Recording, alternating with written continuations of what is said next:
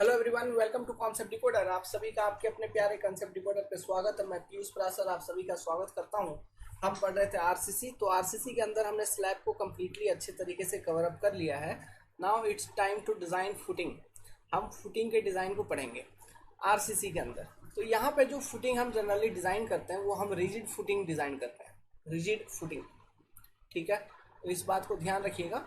Flexible footing का design हमारे syllabus में नहीं है। So we are going to design a rigid footing. Now बात करते हैं व्हाट इज ए फुटिंग। देखो, ये यहाँ पे दो टर्म है जिसमें आपको कंफ्यूजन होगा। एक तो हो गया फुटिंग और एक दूसरी होती है फाउंडेशन। ओके, एक होती है फाउंडेशन। तो ये क्या होता है, देखिए, ये मान लो ग्राउंड लेवल है।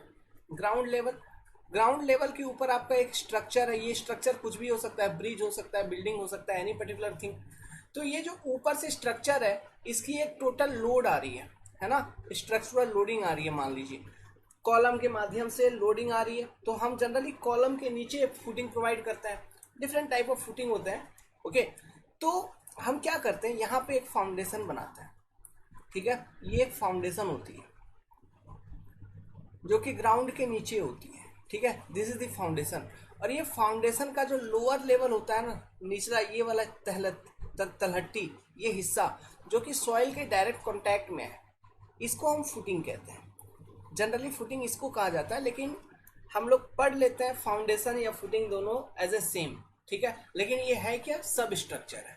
मतलब जमीन के ऊपर का जो स्ट्रक्चर उसको सुपर स्ट्रक्चर बोलेंगे, जमीन के नीचे का जो स्ट्रक्चर है इसको हम सब स्ट्रक्चर बोलेंगे। So footing is a part of sub structure which transmit the super structure load to soil safely.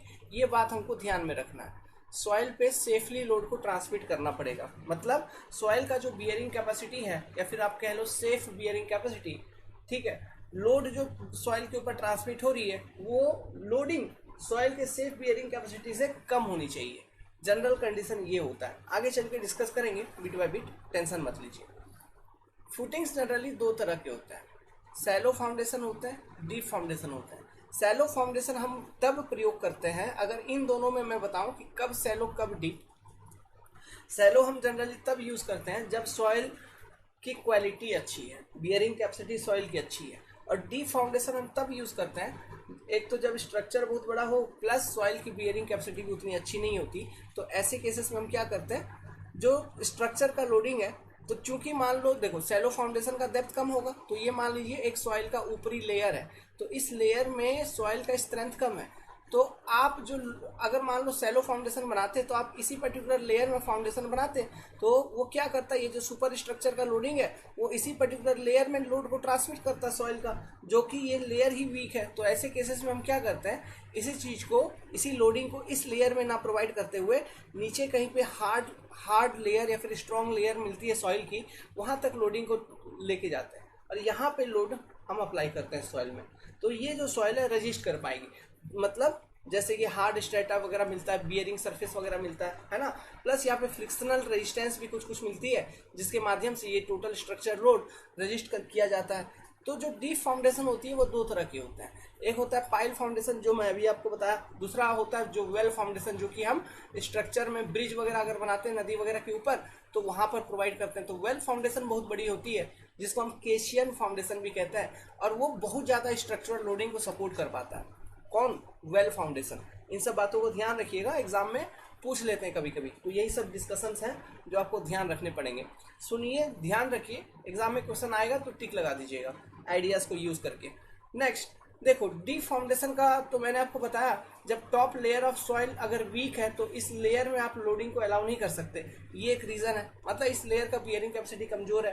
Plus ऐसा भी हो सकता है कि जो वाटर टेबल है वो काफी ऊपर है, तो वाटर टेबल ऊपर होने के कारण भी आपको मालूम है कि सॉइल की बियरिंग कैपेसिटी कम हो जाती है। तो ऐसे कंडीशंस में भी हम सैलो फाउंडेशन को वहां पे यूज नहीं कर सकते, हम डीप फाउंडेशंस का ही इस्तेमाल करते हैं। ठीक है, अंडर वाटर कंस्ट्रक्शन वगैरह जो होती है, मतलब जो वाटर में कंस्ट्रक्शन वगैरह होती है, वहां पे जो फाउंडेशन बनाए जाते हैं वो जनरली डीप फाउंडेशन ही होते हैं।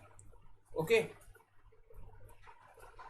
ऐसे ब्रिज का जो पियर होता है, ठीक है, अगर मान लीजिए ज़्यादा बड़ा नदी वगैरह नहीं है, तो ब्रिज का जो पियर होता है वहाँ पे हम फुटिंग भी प्रोवाइड करते हैं, आइसोलेटेड फुटिंग्स भी, सैलो फाउंडेशंस भी प्रोवाइड करते हैं। लेकिन वो सैलो भी नहीं रह जाती, वो भी डीप ही हो जाती, क्योंकि वहां पर भी बहुत बड़ा गड्ढा करके बहुत बड़ा कंक्रीट का मास हम कंक्रीटिंग करते हैं, और ये पूरे में रिइंफोर्समेंट, पूरा एक जाली, एक मेस बनता है रिइंफोर्समेंट का, सरिया का, और इस चीज को पूरे हम कंक्रीट से भर देते हैं। ठीक है, इस चीज को पूरे कंक्रीट से भर देते हैं, और ये वाला जो पार्ट है सॉइल के नीचे रहता है, प्लस इसके ऊपर हम पियर बनाते हैं, ऐसा चलता है। ये चीज हमने रेलवे में करवाया भी था अभी अभी रिसेंटली। ठीक है, ये चीज आपका चल रहा है ये अनूपपुर कटनी मध्य प्रदेश के अंदर।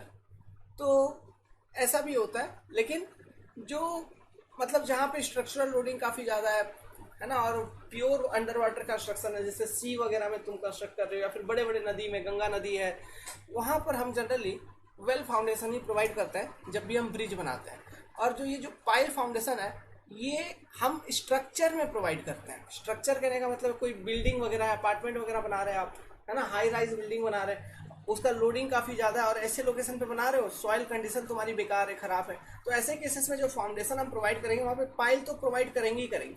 पाइल प्रोवाइड करेंगे, पाइल के ऊपर पाइल कैप रहेगा, और पाइल कैप के ऊपर आपका ये कॉलम आके रजिस्टर करेगा, बस काम खत्म। समझ गए? तो जो ये चीज होती है मतलब पाइल फाउंडेशन, आपको समझ में आया हम किस केस में यूज करेंगे? हाई राइज बिल्डिंग वगैरह हम अगर बनाएंगे तो ऐसे केसेस में हम पाइल फाउंडेशंस का जनरल इस्तेमाल करते हैं वीक सॉइल के ऊपर जब हम बना रहे हैं। और जब वाटर में कंस्ट्रक्शन कर रहे हैं, जैसे ब्रिज वगैरह हम बना रहे हैं, तो ऐसे कंडीशंस में हम वेल फाउंडेशन का जनरल प्रयोग करते हैं अगर स्ट्रक्चरल लोडिंग काफी ज्यादा है तो। क्लियर? और एक बात देखिए, ये जो फाउंडेशन फुटिंग वगैरह प्रोवाइड करते हैं, इसमें भी हमको रीइंफोर्समेंट तो डिजाइन करना ही है, आगे चल के मैं बताऊंगा। तो देखो, लेकिन ये जो पार्ट है, ये जो फाउंडेशन या फिर फुटिंग है, ये सॉइल के डायरेक्ट कांटेक्ट में है क्या? अब सॉइल में बहुत अलग अलग तरह के केमिकल वगैरह हो सकते हैं, इसलिए एक कोडल प्रोविजंस है, और वो कहता है कि मिनिमम क्लियर कवर जो होना चाहिए ये फाउंडेशन या फिर फुटिंग में, वो होता है आपका 50 mm। ठीक है, ये लिखवा दूंगा, बस अभी सुनते रहो, क्योंकि ये सुनने से क्या होता है, कभी कभी इफेक्टिव प्रिपरेशन हो जाती है, तो ध्यान में रहती है, तो एग्जाम में क्वेश्चन आएगा तो टिक लग जाएगा। तो मिनिमम क्लियर कवर जो होती है ना, वो होती है 50 mm फॉर फाउंडेशन या फिर फुटिंग, क्योंकि ये जो चीज है, ये जो सब स्ट्रक्चर है, it is in direct contact with soil. ठीक है, तो यहां तक आपने लिख लिया, आई थिंक आपने लिख लिया। अब चलिए, अब हेडिंग डालिए, हम एक एक करके समझेंगे।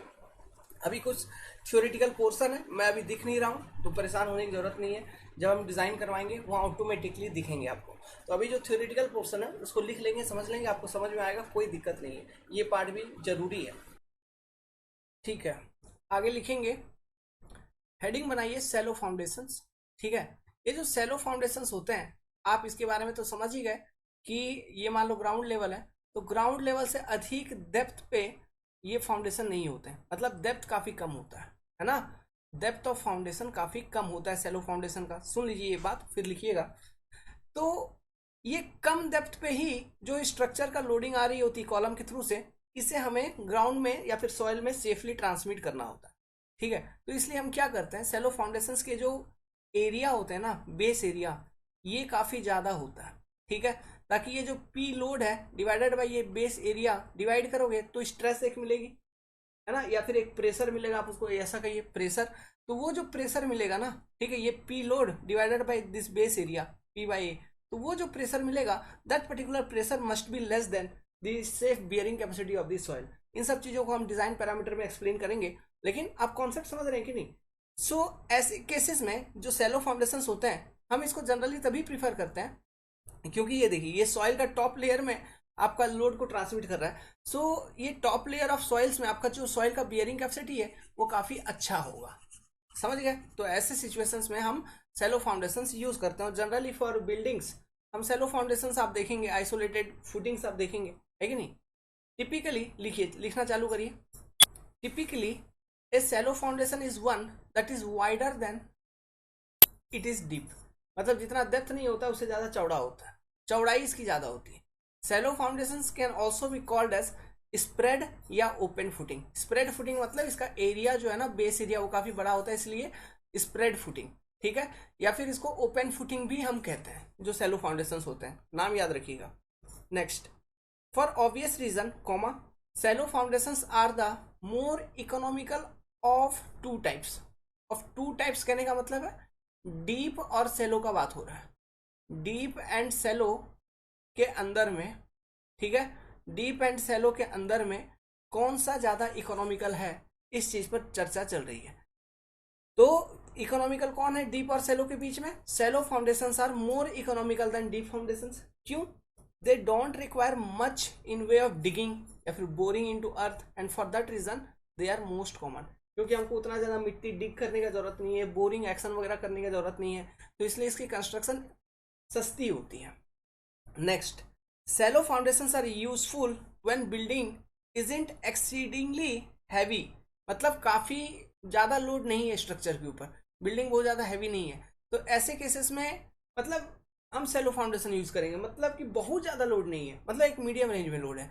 And the soil can bear significant amount of weight at shallow depth, जैसे कि टॉप लेयर ऑफ सॉइल जो है वो काफी स्ट्रॉन्ग है, तो ऐसे केसेस में we will use shallow foundation. तो इन सब पॉइंट्स को आप ध्यान रखिएगा, क्योंकि they can ask in exam, ठीक है, they can ask this exams कि when we use shallow foundations, so इसमें कुछ भी पूछ सकते हैं, they can ask anything, they can ask about economy between deep and shallow foundation, तो shallow is more economical because digging boring these actions are not involved, है ना, इन सब चीज़ों को हम यहाँ नहीं करते, इसलिए हमारा ये ज़्यादा इकोनॉमिकल होता है, ठीक है। और बियरिंग कैपेसिटी जो होती है ऐसे कंडीशंस में सॉइल की, वो काफ़ी अच्छी होती है।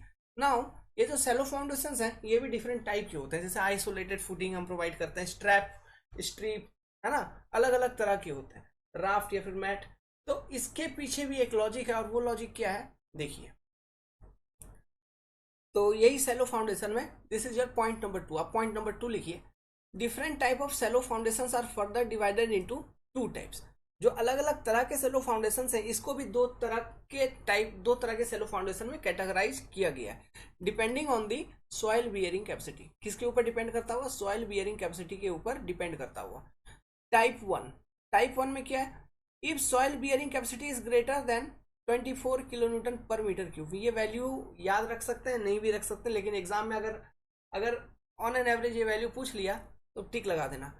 कह रहा है सॉइल का अगर bearing capacity is more than 24 kilo newton per metre cube, तो ऐसे केसेस में हम प्लेन फुटिंग, स्टीप फुटिंग, सोए फुटिंग, ठीक है, ये जो चीज़ है ना, इसको स्ट्रैप फुटिंग भी कहते हैं, आइसोलेटेड फुटिंग, या फिर प्लेन कंबाइंड फुटिंग, या फिर कंबाइंड आइसोलेटेड फुटिंग।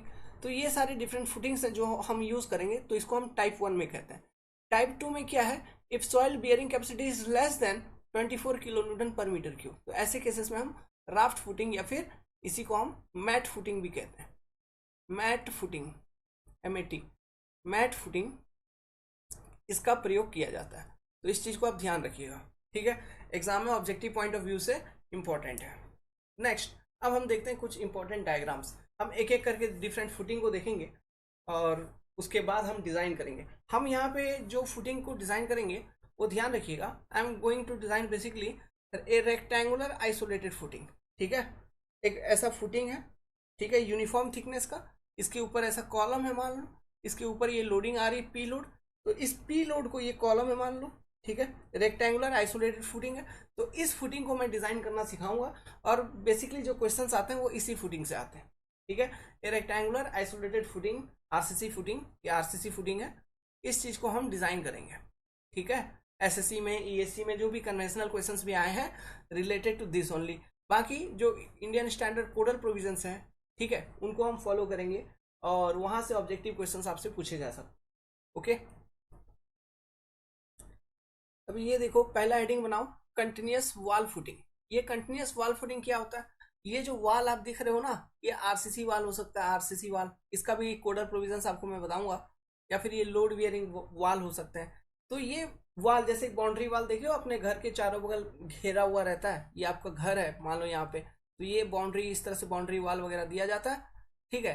तो इन दीवार का भी तो अपना फुटिंग होगा, फाउंडेशन होगा, ठीक है, तो ये वही फुटिंग होती है, इसको हम कहते हैं कंटिन्यूस वॉल फुटिंग, या फिर इसको स्ट्रिप फुटिंग भी कहा जाता है, स्ट्रिप फुटिंग, ठीक है। तो ऐसे फुटिंग का लेंथ आपका ज़्यादा होता है, length as compare to width, ऐसे फुटिंग का लेंथ आपका ज़्यादा होता है। ये देख रहे हो यहाँ पे क्रॉस सेक्शन है इसका, this is the cross section of the footing, है कि नहीं, this is the cross section of the footing.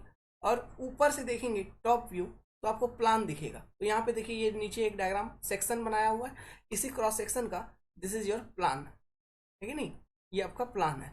ये वाला जो पोर्शन है this is your wall portion, ये दीवार है, ये जो हैच कर रहा हूँ, और उसके अगल बगल ये फाउंडेशन का विड्थ है, this is your width of the foundation, ये कंप्लीट विड्थ है। क्लियर है? तो this are the strip footing, continuous wall footing या फिर स्ट्रिप फुटिंग। तो लिखिए, the footing which support a long masonry or RCC wall is known as continuous footing. It can be either simple or stepped. जैसे यहाँ पे दिखा रहा है, ये जो डायग्राम है, this is your simple strip footing. Stepped अगर मैं बोलूँ तो स्टेप्ड के केस में क्या होगा, जैसे यहाँ पे ये है, इस तरह से आएगा। इसको स्टेप्ड फुटिंग का मैं क्रॉस सेक्शन बना रहा हूँ, ऐसा होगा, फिर ऐसा, समझ रहे हो? इस तरह से होता है स्टेप्ड फुटिंग। तो इस तरह से भी प्रोवाइड किया जा सकता है, लेकिन ये प्रोवाइड करने से क्या होता है, जब ज़्यादा लोड आ रही होती है ना, तब हम प्रोवाइड करेंगे, लेकिन अभी वो प्रोवाइड करने का जरूरत नहीं है यहाँ पे, है कि नहीं? तो ये स्टेप्ड फुटिंग होता है। Generally width of the footing should be at least equal to twice the width of the wall. कहने का मतलब है, ये दीवार का जो भी चौड़ाई है, मान लो W है, तो इसका जो फुटिंग का चौड़ाई होगा ना, ये एटलीस्ट कम से कम 2 टाइम्स W होना चाहिए। ये एक प्रोविजन है, ध्यान रखिएगा। Is rested on it. In this case the width of the footing is smaller than length of the footing. Obviously length काफी है, कंटिन्यूअस है, तो लेंथ इसमें आपको ज्यादा मिल रहा है, कंटिन्यूअस है ये, तो width of the footing is smaller than length of the footing, comma offering continuous vertical support to the structure. ये कॉन्टिन्यूअस सपोर्ट प्रोवाइड कर रहा है, ठीक है। Basically it runs throughout the length of the wall. This type of footing is not economical, क्योंकि बहुत लोग, मतलब जितना बड़ा बाउंड्री है उतना बड़ा आपको बनाना होगा, ठीक है। ये लंबा पूरा इधर से चल के इधर से ऐसे एक्सावेशन करके फुटिंग बनानी होगी, तो ये जनरली इकोनॉमिकल नहीं होता है, ठीक है। तो this type of footing is not economical. ये पर्टिकुलर पॉइंट को भी आप ध्यान में रखिएगा, एग्जाम में पूछा जा सकता है, एसएससी वगैरह में यही सब छोटा छोटा चीज पूछ लेते हैं। Use of continuous wall footing, इसका इस्तेमाल क्या है? Continuous wall footings are used to support the foundation wall and load bearing wall. Clear है? ध्यान में रखिएगा। बाकी ये डायग्राम एक तो बना लो, ये वाला कोई एक डायग्राम आप बना लीजिए, ठीक है। इनमें से कोई एक डायग्राम बना लीजिए। सो इस चीज़ को ध्यान रखिएगा। इसी तरह से देखिए, हम थोड़ा थोड़ा थ्योरी हर एक के बारे में पढ़ेंगे, क्योंकि एग्जाम में इन सब चीज़ों से भी ऑब्जेक्टिव क्वेश्चन पूछ लिया जाता है। तो मैक्सिमम मैं कवरेज देने का कोशिश कर रहा हूँ आपको, ताकि आपको कोई भी छोटा से छोटा जेई का एग्जाम या हाई लेवल असिस्टेंट यूपीएससी वगैरह में तो नहीं पूछेगा, ईएससी वगैरह में नहीं पूछता, गेट वगैरह में नहीं पूछता, लेकिन अंट संट जो इधर के स्टेट जेई वाले होते हैं ना, उसमें इस तरह के छोटे छोटे फालतू फालतू क्वेश्चन कहीं से उठा के कॉपी करके डाल देगा। तो ये सब चीज़ सब कुछ स्टैंडर्ड बुक से मैंने ले रखा है। बीसी पुनिया की किताब में मिल जाएगा आपको, पिलाई एंड मेनन की किताब में मिल जाएगा, ठीक है। अब इसको लिखिए, आइसोलेटेड फुटिंग। आइसोलेटेड फुटिंग मतलब यही फुटिंग, सिंपली समझो, कोई एक कॉलम है, इस कॉलम के लिए इंडिविजुअल फुटिंग जो हम डाल देंगे ना, ठीक है, इसी को हम आइसोलेटेड फुटिंग बोलते हैं। एक कॉलम के लिए एक फुटिंग, तो इस कॉलम का ये फुटिंग अलग हो गया, इसी को हम आइसोलेटेड फुटिंग कहते हैं, ठीक है। आइसोलेटेड मतलब अलग होना। क्लियर है? बस इसको लिख लीजिए। अब ये इसका डिफरेंट शेप हो सकता है, स्क्वायर, रेक्टेंगुलर, सर्कुलर, कुछ भी हो सकता है। तो हम जो फोकस करेंगे, रेक्टेंगुलर पढ़ेंगे, मतलब स्क्वायर भी ऑटोमेटिकली उसमें कवर अप हो जाएगा। सर्कुलर सेक्शन के बारे में नहीं पढ़ेंगे, आते भी नहीं है, तो पढ़ने का कोई मतलब नहीं है। इसलिए footing which are provided under each column independently are called as isolated footings. समझ गए? They are usually square, rectangular or circular in section. Footing is laid on PCC.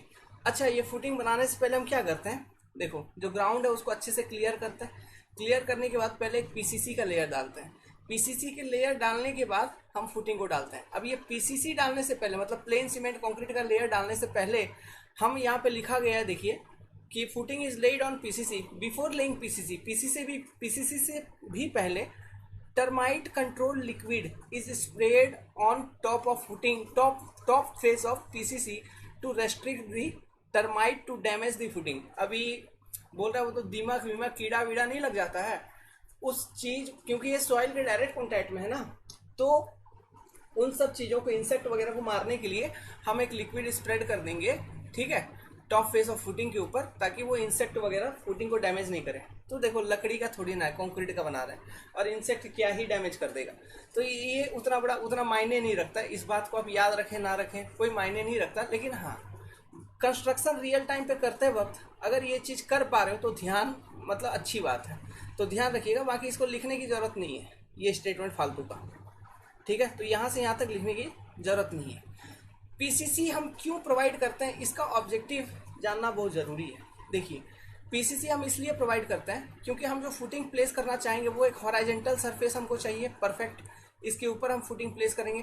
तो ये अंडुलेशंस वगैरह जो ग्राउंड में है, इस चीज़ को रिमूव करने के लिए हम एक पीसीसी लेयर प्रोवाइड कर देते हैं। समझ में आया? प्लस पीसीसी प्रोवाइड करने का एक फ़ायदा और होता है कि एक देखिए, एक परफेक्ट बेस आपको मिल रहा है ना।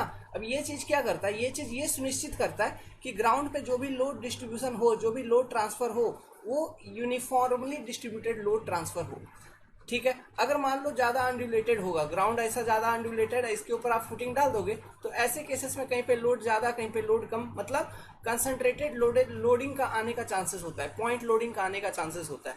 और सॉइल के थ्रू से हम पॉइंट लोडिंग नहीं चाहते, हम चाहते हैं कि हमारा यूडीएल यूनिफॉर्मली डिस्ट्रीब्यूटेड लोड जो है वो ट्रांसमिट हो ग्राउंड के ऊपर, सॉइल के ऊपर, है ना, नॉट पॉइंट लोड।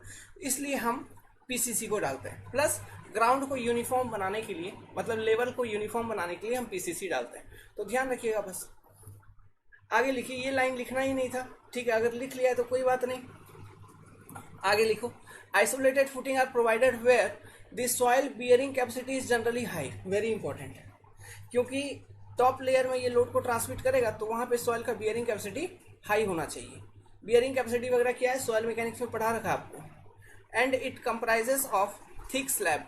अच्छा, ये जो थिकनेस होती है ना, आगे चल के कोडल प्रोविजन बताऊंगा, लेकिन अभी ध्यान रखो, ये थिकनेस जो होती है फुटिंग की, मतलब ये थिकनेस, ये ठीक है, दिस पर्टिकुलर थिकनेस, ये लगभग 150 mm होती है। कोड भी कहता है कि उससे कम नहीं होना चाहिए। स्लैब विच में बी फ्लैट और स्टेप्ड और स्लोप्ड, ये 3 तरह के हो सकते हैं। क्या हो सकते हैं फिर, जो स्लैब होगी ये 3 तरह की हो सकती है। फ्लैट हो सकता है, या फिर स्टेप्ड स्लैब हम प्रोवाइड कर सकते हैं, या फिर स्लोप्ड। क्या होती है आपको डायग्राम में दिखाऊंगा।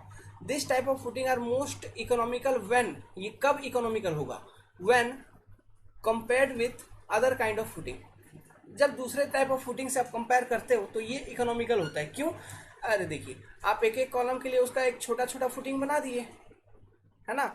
आप कोई बड़े एरिया में बहुत बड़ा फुटिंग तो नहीं बना रहे, हर एक के लिए अलग अलग बना दे रहे हैं, तो छोटा छोटा कम कंक्रीट लगा, कम स्टील लगा, तो इसलिए इकोनॉमिकल हो गया। ओके, तो ये मोस्ट इकोनॉमिकल होती है आइसोलेटेड फुटिंग्स, ये ध्यान रखिएगा। Which type of footings are most economical, isolated footings. Advantage of isolated footing, economical when columns are placed at longer distances, जब बहुत दूरी पर कॉलम्स हैं, है ना, बहुत दूर पर, तो ऐसे केसेस में इन दोनों कॉलम के लिए कंबाइंड फुटिंग प्रोवाइड करने का कोई मतलब नहीं है। आइसोलेटेड फुटिंग प्रोवाइड कर दीजिए दोनों के लिए, it is sufficient to bear the load, है कि नहीं। तो कंक्रीट मास रिमूव हो गया कि नहीं, समझे। Workman with little or no knowledge can construct easily, मतलब कोई भी लेबर मिस्त्री आराम से, उसके पास बहुत ज़्यादा ज्ञान नहीं है, वो इंजीनियर नहीं है, तो भी ये फुटिंग बना सकता है। कंस्ट्रक्शन में आसानी होती है क्योंकि excavation, form work, reinforcement, placement and placing of concrete is मतलब ये सब कुछ आसानी से हो जाती है, ठीक है। ये सारे कुछ एडवांटेजेस थे, तो ध्यान रखिएगा। ये सब थ्योरी क्वेश्चंस, इन्हीं सब चीज़ों में कंफ्यूजन होता है और बच्चों का क्वेश्चन भी छूटता है। ये देखो, डिफरेंट टाइप्स ऑफ डायग्राम मैंने आपको दे रखा है, ये पहला, ये दूसरा, ये तीसरा। तो ये डायग्राम आप बना लीजिए तीनों का तीनों, ठीक है। कॉपी पे आराम से बना लीजिए, छोटा बनाइए, कोई ज़रूरी नहीं है। ये देखिए, ये क्रॉस सेक्शन आपको दिख रहा है। देखो, फुटिंग जनरली कैसे, बेंडिंग कैसे होता है, देखिए। अच्छा, फुटिंग में डिज़ाइन, फुटिंग का जो डिज़ाइन होता है इसको गवर्न कौन करता है, वन वे सीयर गवर्न करता है, वन वे सीयर। अब ये वन वे सीयर मतलब जो नॉर्मल सीयर होती है उसी को हम वन वे सीयर कहते हैं। तो ये डिज़ाइन को गवर्न करता है। इसका मतलब क्या हुआ कि वन वे सीयर के करस्पॉन्डिंग जो हम डेप्थ ऑफ फुटिंग कैलकुलेट करेंगे ना, ये सबसे ज़्यादा आएगा, ठीक है। लेकिन यहाँ पे जो रिइंफोर्समेंट आप प्रोवाइड कर रखे हो, this reinforcement is corresponding to bending. और फुटिंग कैसे बेंड करता है उसका एक आइडिया देता हूँ, बाकी मैं जब वीडियो में आऊँगा तब तो आपको मैं डिज़ाइन जब करवाऊँगा उसमें तो दिखाऊँगा ही दिखाऊँगा। बाकी अभी एक आइडिया देता हूँ। यहाँ से सॉइल प्रेशर लग रही होगी फुटिंग के नीचे से, है ना। तो जो फुटिंग है, सोचो इधर से नीचे से लोड लग रहा है, सॉइल का प्रेशर लग रहा है, तो फुटिंग इस तरह से बेंड होगा, तो रिइंफोर्समेंट हम ऐसे डालेंगे, ठीक है। तो यही रिइंफोर्समेंट आपको यहाँ पे ये दिख रहा है, ओके। तो ये जो रिइंफोर्समेंट सेक्शन के ऊपर दिख रहा है लॉन्गिट्यूडनल डायरेक्शन में, this is the main reinforcement. और ये जो हॉरिजॉन्टल डायरेक्शन में दिख रहा है वो आपका दूसरा रिइंफोर्समेंट है, मतलब हम दो अलग अलग स्पैन है ना, जैसा स्लैब का दो अलग अलग स्पैन है ना, ठीक है, यहाँ पर भी दो अलग अलग स्पैन है, शॉर्टर एंड लॉन्गर स्पैन, तो दोनों स्पैन के करस्पॉन्डिंग बेंडिंग हो सकती है, तो हम दोनों स्पैन के करस्पॉन्डिंग मूवमेंट को कैलकुलेट करेंगे क्रिटिकल सेक्शन पे और उसके करस्पॉन्डिंग रिइंफोर्समेंट कैलकुलेट करके प्रोवाइड करेंगे। ये सब चीज़ सब डिज़ाइन में बताऊंगा, ठीक है, कैसे किया जाता है, तो बस ध्यान रखिएगा। तो ये देखिए, ये आपका पैड फुटिंग या फिर फ्लैट फुटिंग भी इसको कहते हैं। इसको जैसे पैड यहाँ पे लिखा हुआ है, इसी तरह इसको फ्लैट फुटिंग भी कहा जाता है, फ्लैट फुटिंग, ठीक है, पैड या फिर फ्लैट फुटिंग। तो एक इस तरह से बना हुआ है, ठीक है, ये प्लान हो गया, ये इसका 3D फिगर हो गया, this is your 3D diagram. Similarly stepped footing आप देखिए, ये इस तरह का स्टेप्ड फुटिंग। स्टेप्ड फुटिंग इसलिए हम प्रोवाइड करते हैं जब हमको ये लोड का इंटेंसिटी बहुत ज़्यादा है और हमें इसको बहुत कम करना है, तो धीरे धीरे हम लोड को मतलब ग्रेजुअली रिड्यूस करते हैं, ठीक है, ग्रेजुअली डिस्ट्रीब्यूट करते हैं। ऐसे angle of distribution generally loading का जो होता है कंसिडर करते हैं हम ये 45 डिग्री पे करते हैं, ठीक है, इस तरह से ऐसा लोड का डिस्ट्रीब्यूशन होता है। तो ये लोड अगर बहुत ज़्यादा है तो इसको हम इस तरह से स्टेप्ड फुटिंग बनाते हैं ताकि लोड यहाँ तक पहुँचते पहुँचते कहाँ तक, यहाँ तक फुटिंग के एकदम बेस तक जहाँ पे सॉइल के कॉन्टैक्ट में है, इसका मैग्नीट्यूड जो प्रेशर का मैग्नीट्यूड है, ये लोड जो प्रेशर लगाएगा वो काफ़ी कम हो जाए, इसलिए हम इस तरह से स्टेपिंग करते हैं। प्लस अभी इसी स्टेपिंग करने का जो एडवांस वर्जन है वो है आपका स्लोप कंडीशन, क्योंकि आपने देखा जब लोड डिस्ट्रीब्यूशन 45 डिग्री पे हो रहा है तो इस तरह से मैं एक्स्ट्रा, ये जो एक्स्ट्रा मटेरियल आपको दिख रहा है, ये एक मेरा पेन एक्चुअली हैंग हो गया इसलिए मैं यहाँ पे चला नहीं पा रहा हूँ, हाँ, ये जो एक्स्ट्रा मटेरियल दिख रहा है देखो, ये एक्स्ट्रा मटेरियल, तो इतना कंक्रीट भी एक्स्ट्रा क्यों प्रोवाइड करें, क्यों एक में प्रोवाइड करेंगे मल्टीपल होगा तो मल्टीपल में बहुत सारे प्रोवाइड हो जाएंगे एक्स्ट्रा कंक्रीट। तो इसको रिमूव करने के लिए यहाँ पे स्लोपिंग ही कर दिया 45 डिग्री पे, जो एंगल से लोड डिस्ट्रीब्यूट होता है। तो ये स्लोपिंग करने के बाद यहाँ पे फिर एक आपका थिकनेस प्रोवाइड कर दिया जाता है, तो ये थिकनेस मिनिमम 150 mm से कम नहीं होना चाहिए, ठीक है, इसके लिए प्रोविजंस हैं, हम बताएंगे आगे चल के, ओके। तो ये हो गया आपका स्लोप टू फुटिंग, तो ये और ज़्यादा इकोनॉमी अचीव करने के लिए इसको प्रोवाइड किया गया, क्लियर है, ठीक है। और देखिए, और ये स्टेप इसलिए भी किया जाता है, ये जो है सेकेंड वाला स्टेप इसलिए भी किया जाता है क्योंकि एक तो देखो प्रेशर कम करना है, मतलब किसका, ये P बाई ए प्रेशर, कैसे, ये P divided by this particular area है ना, P बाई ए, ये होगा प्रेशर, ठीक है, तो इसको आपको कम करना होगा ये प्रेशर को। प्लस हम इस तरह से स्टेपिंग इसलिए भी करते हैं, इसका ऑब्जेक्टिव यही है कि देखो यहाँ पे फुटिंग जो है डायरेक्ट कॉन्टैक्ट इन सॉइल है कि नहीं, तो डायरेक्ट कॉन्टैक्ट इन सॉइल है और फुटिंग के अंदर आपका रिइंफोर्समेंट वगैरह भी जा रहा है ना, फुटिंग के अंदर हमारा रिइंफोर्समेंट वगैरह भी जा रहा है, तो सॉइल के कांटेक्ट में होने के कारण हो सकता है रिइंफोर्समेंट आपका डैमेज कर जाए, इसलिए हम ज़्यादा कंक्रीट मास प्रोवाइड करते हैं ताकि रिइंफोर्समेंट मेरा सॉइल के कांटेक्ट में आने से दूर मतलब बच जाए, ठीक है। ऐसे तो नॉर्मली भी बचेगा लेकिन इस चक्कर में भी हम ज़्यादा कंक्रीट यहाँ पे प्रोवाइड करते हैं। एक चीज़ याद रखिएगा, कोड कहता है कि minimum clear cover for footing is 50 mm, 50 mm का मिनिमम हम क्लियर कवर डालते हैं फुटिंग में, ठीक है, क्योंकि फुटिंग का जो कंडीशन होता है वो नॉर्मल स्ट्रक्चर के कोई नॉर्मल कंपोनेंट से उसका कंडीशन अलग होता है, क्योंकि यहाँ पर ये फुटिंग आपका डायरेक्ट सॉइल के कांटेक्ट में, एब्रेसिव सॉइल के कांटेक्ट में, मान लो सलाइनिटी वगैरह है, एसिड वगैरह है ना, और फिर सल्फेट वगैरह है, तो इन सब चीज़ों के कारण अटैक हो सकती है, कंक्रीट आपका डैमेज हो सकता है, reinforcement can be exposed and it can be corroded, then your footing will be damage, your overall structure will be damage, इसलिए इन सब चीज़ों का काफ़ी अच्छे से ध्यान रखा जाता है। क्लियर कवर मिनिमम 50 mm, मतलब इससे ज़्यादा ही होगा टोटल इफेक्टिव कवर, समझ गए। तो ये तीनों फुटिंग वगैरह बना लीजिए, बाकी आगे धीरे धीरे करके यूं ही डिस्कस करते रहेंगे, जो भी इंपॉर्टेंट थ्योरेटिकल पोर्शंस होगा मैं धीरे धीरे पूरे क्लास में बताते रहूँगा। क्लास को अच्छे से सुनना यही ज़रूरी है, और जितना लिखवा रहा हूँ उतना तो लिखिए ही लिखिए, ठीक है, और जो बोल रहा हूँ उन सब चीज़ों को सुनते रहिए, क्योंकि मैं लिखवाऊंगा कहीं ना कहीं आगे चल के, तो आपको परेशान होने की ज़रूरत नहीं है। और बाकी आपने ध्यान से अगर सुन रखा है चीज़ों को तो एग्ज़ाम में अगर क्वेश्चन आएंगे तो सॉल्व भी हो जाएंगे, ठीक है। ये डायग्राम बना लो। अब जो फुटिंग है ना, इसको हम कहते हैं कंबाइंड फुटिंग। लिखिए, ये कंबाइंड फुटिंग क्या होता है पहले देख लो, सुनो भाई। मान लो 2 कॉलम है, ठीक है, 2 कॉलम है और ये दोनों कॉलम काफ़ी करीब हैं, तो ऐसे केसेस में इन दोनों कॉलम का जो लोड डिस्ट्रीब्यूशन होगा इस तरह से कुछ होगा, 45 डिग्री पे हम लोड डिस्ट्रीब्यूशन एज्यूम करते हैं। तो ये देखिए, ये एक ओवरलैपिंग कर रहा है, समझ रहे हैं, ये क्या कर रहा है, ओवरलैपिंग कर रहा है। तो ऐसे केसेस में इंडिविजुअल फुटिंग आप इस कॉलम के लिए इंडिविजुअल फुटिंग, ठीक है, कैसे प्रोवाइड करोगे, और इस वाले कॉलम के लिए इंडिविजुअल फुटिंग, ऐसा वो इंडिविजुअल फुटिंग तो प्रोवाइड नहीं हो पाएगी ना, आइसोलेटेड फुटिंग प्रोवाइड नहीं हो पाएगी। So under such circumstances we go for combined footing. ये तो हो गया पहला केस, ठीक है। दूसरा कंडीशन क्या होता है कंबाइंड फुटिंग प्रोवाइड करने का? अच्छा, ये वाला जो अभी केस बोला था, इसमें ध्यान रखना, इसके ऊपर हम न्यूमेरिकल क्वेश्चन भी करेंगे, ठीक है, ये बहुत इंपॉर्टेंट कॉन्सेप्ट है। ओके, एक न्यूमेरिकल क्वेश्चन भी करवाएंगे। आप अभी कुछ मत करो, आप अभी इतना लिखना है, इसके आगे कोई डायग्राम मत बनाना, इसके आगे मैं एक पॉइंट और लिखवाऊंगा, ठीक है। उस पॉइंट को लिखने के बाद मैं आपको डायग्राम दूंगा दोनों केसेस का, जो केस अभी बता रहा हूं उन दोनों केसेस का डायग्राम देने के बाद वो ये टॉपिक खत्म होगा, ठीक है। तो अभी देखिए, ये जो अभी जो कंडीशन मैंने बताया था कि दो कॉलम काफी करीब है, तो ऐसे केसेस में मैं इसमें ये अज्यूम कर रहा हूँ कि इक्वल लोडिंग है, यहाँ पर भी लोडिंग P, इधर भी लोडिंग P माने प्यूस, है ना मजाक कर दिए, यहाँ पर भी लोडिंग P, यहाँ पर भी लोडिंग P, तो इक्वल लोडिंग है दोनों कॉलम के ऊपर। नाउ इक्वल लोडिंग है तो हमने एक दोनों फुटिंग के लिए, मतलब सॉरी, दोनों कॉलम के लिए एक कंबाइंड स्लैब बना दिया, कंबाइंड फुटिंग बना दिया, इसके ऊपर दोनों कॉलम है, समझ गए बात। अब इस कारण से equal pressure, uniform pressure distribution आ जाएगी नीचे से। तो ये हो गया एक पहला केस। दूसरा केस ऐसा भी हो सकता है कि दो कॉलम तो हैं और करीब भी हैं, है ना, ज्यादा दूर भी नहीं है, कॉलम करीब करीब भी है, लेकिन ऐसे केसेस में क्या हुआ, यहाँ पर लोडिंग है P1 और इधर लोडिंग है P2 मान लो, ठीक है, अनइक्वल लोडिंग है। तो अनइक्वल लोडिंग के केसेस में आप इस तरह का रेक्टेंगुलर प्लान का, मतलब इसका अगर प्लान बनाऊं, ये प्लान होगा ऐसा रेक्टेंगुलर, ये डायग्राम मत बनाना, बोल रहा हूँ हड़बड़ी में, अच्छा डायग्राम दिखाऊंगा, बस अभी समझा रहा हूँ। इस तरह का रेक्टेंगुलर प्लान का, दिस इज योर प्लान, इस तरह का फुटिंग हम प्रोवाइड नहीं कर पाएंगे। क्यों? हमारा मेन ऑब्जेक्टिव क्या है, नीचे से मतलब सॉइल से जो प्रेशर लगे ना स्लैब के ऊपर, ये फुटिंग का स्लैब ही तो है, this is slab of the footing, तो नीचे से जो सॉइल का प्रेशर लगे फुटिंग के स्लैब के ऊपर, वो यूनिफॉर्मली लगे। यहाँ पे जो फुटिंग में कंडीशंस होती है ना, वो ये होती है कि ऊपर से जो लोड लगा रहे हो, ठीक है, एक्शन रिएक्शन वाली चीज होती है, उतना ही उसी तरह का लोड, उसी तरह का रिएक्शन आपको सॉइल से मिलता है फुटिंग के बेस के ऊपर, समझ गए।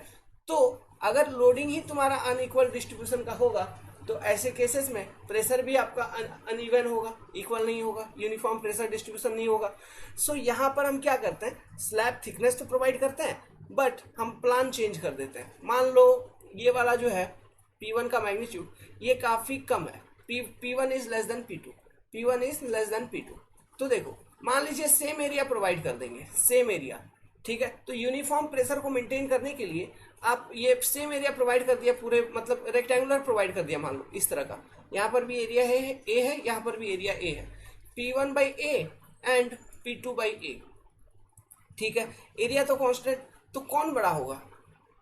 ऑब्वियसली ये P2/A ही हमेशा बड़ा रहेगा, मतलब ये वाला जो प्रेशर ये ज्यादा होगा, ये प्रेशर कम होगा, तो यूनिफॉर्म प्रेशर हुआ क्या? नहीं हुआ। इसीलिए जो P2 लोडिंग जहां पर लग रही है, इस वाले कॉलम का जो लोड लग रहा है, वहां पर मेरे को एरिया बढ़ाना होगा। तो ऐसे केसेस में मैं प्लान चेंज कर देता हूँ, मैं क्या करता हूँ, ऐसे ट्रेपेजोइडल क्रॉस सेक्शन प्रोवाइड कर देते हैं, समझ गए, ये कॉलम ये कॉलम, तो we provide trapezoidal cross section. तो ये करने से क्या होता है, ये करने से again the pressure distribution become uniform. तो ये दो कैटेगरी में ये कंबाइंड फुटिंग आती है, ठीक है। एक आती है आपकी रेक्टेंगुलर प्लान वाली, दूसरी आती है ट्रेपेजोइडल प्लान वाली।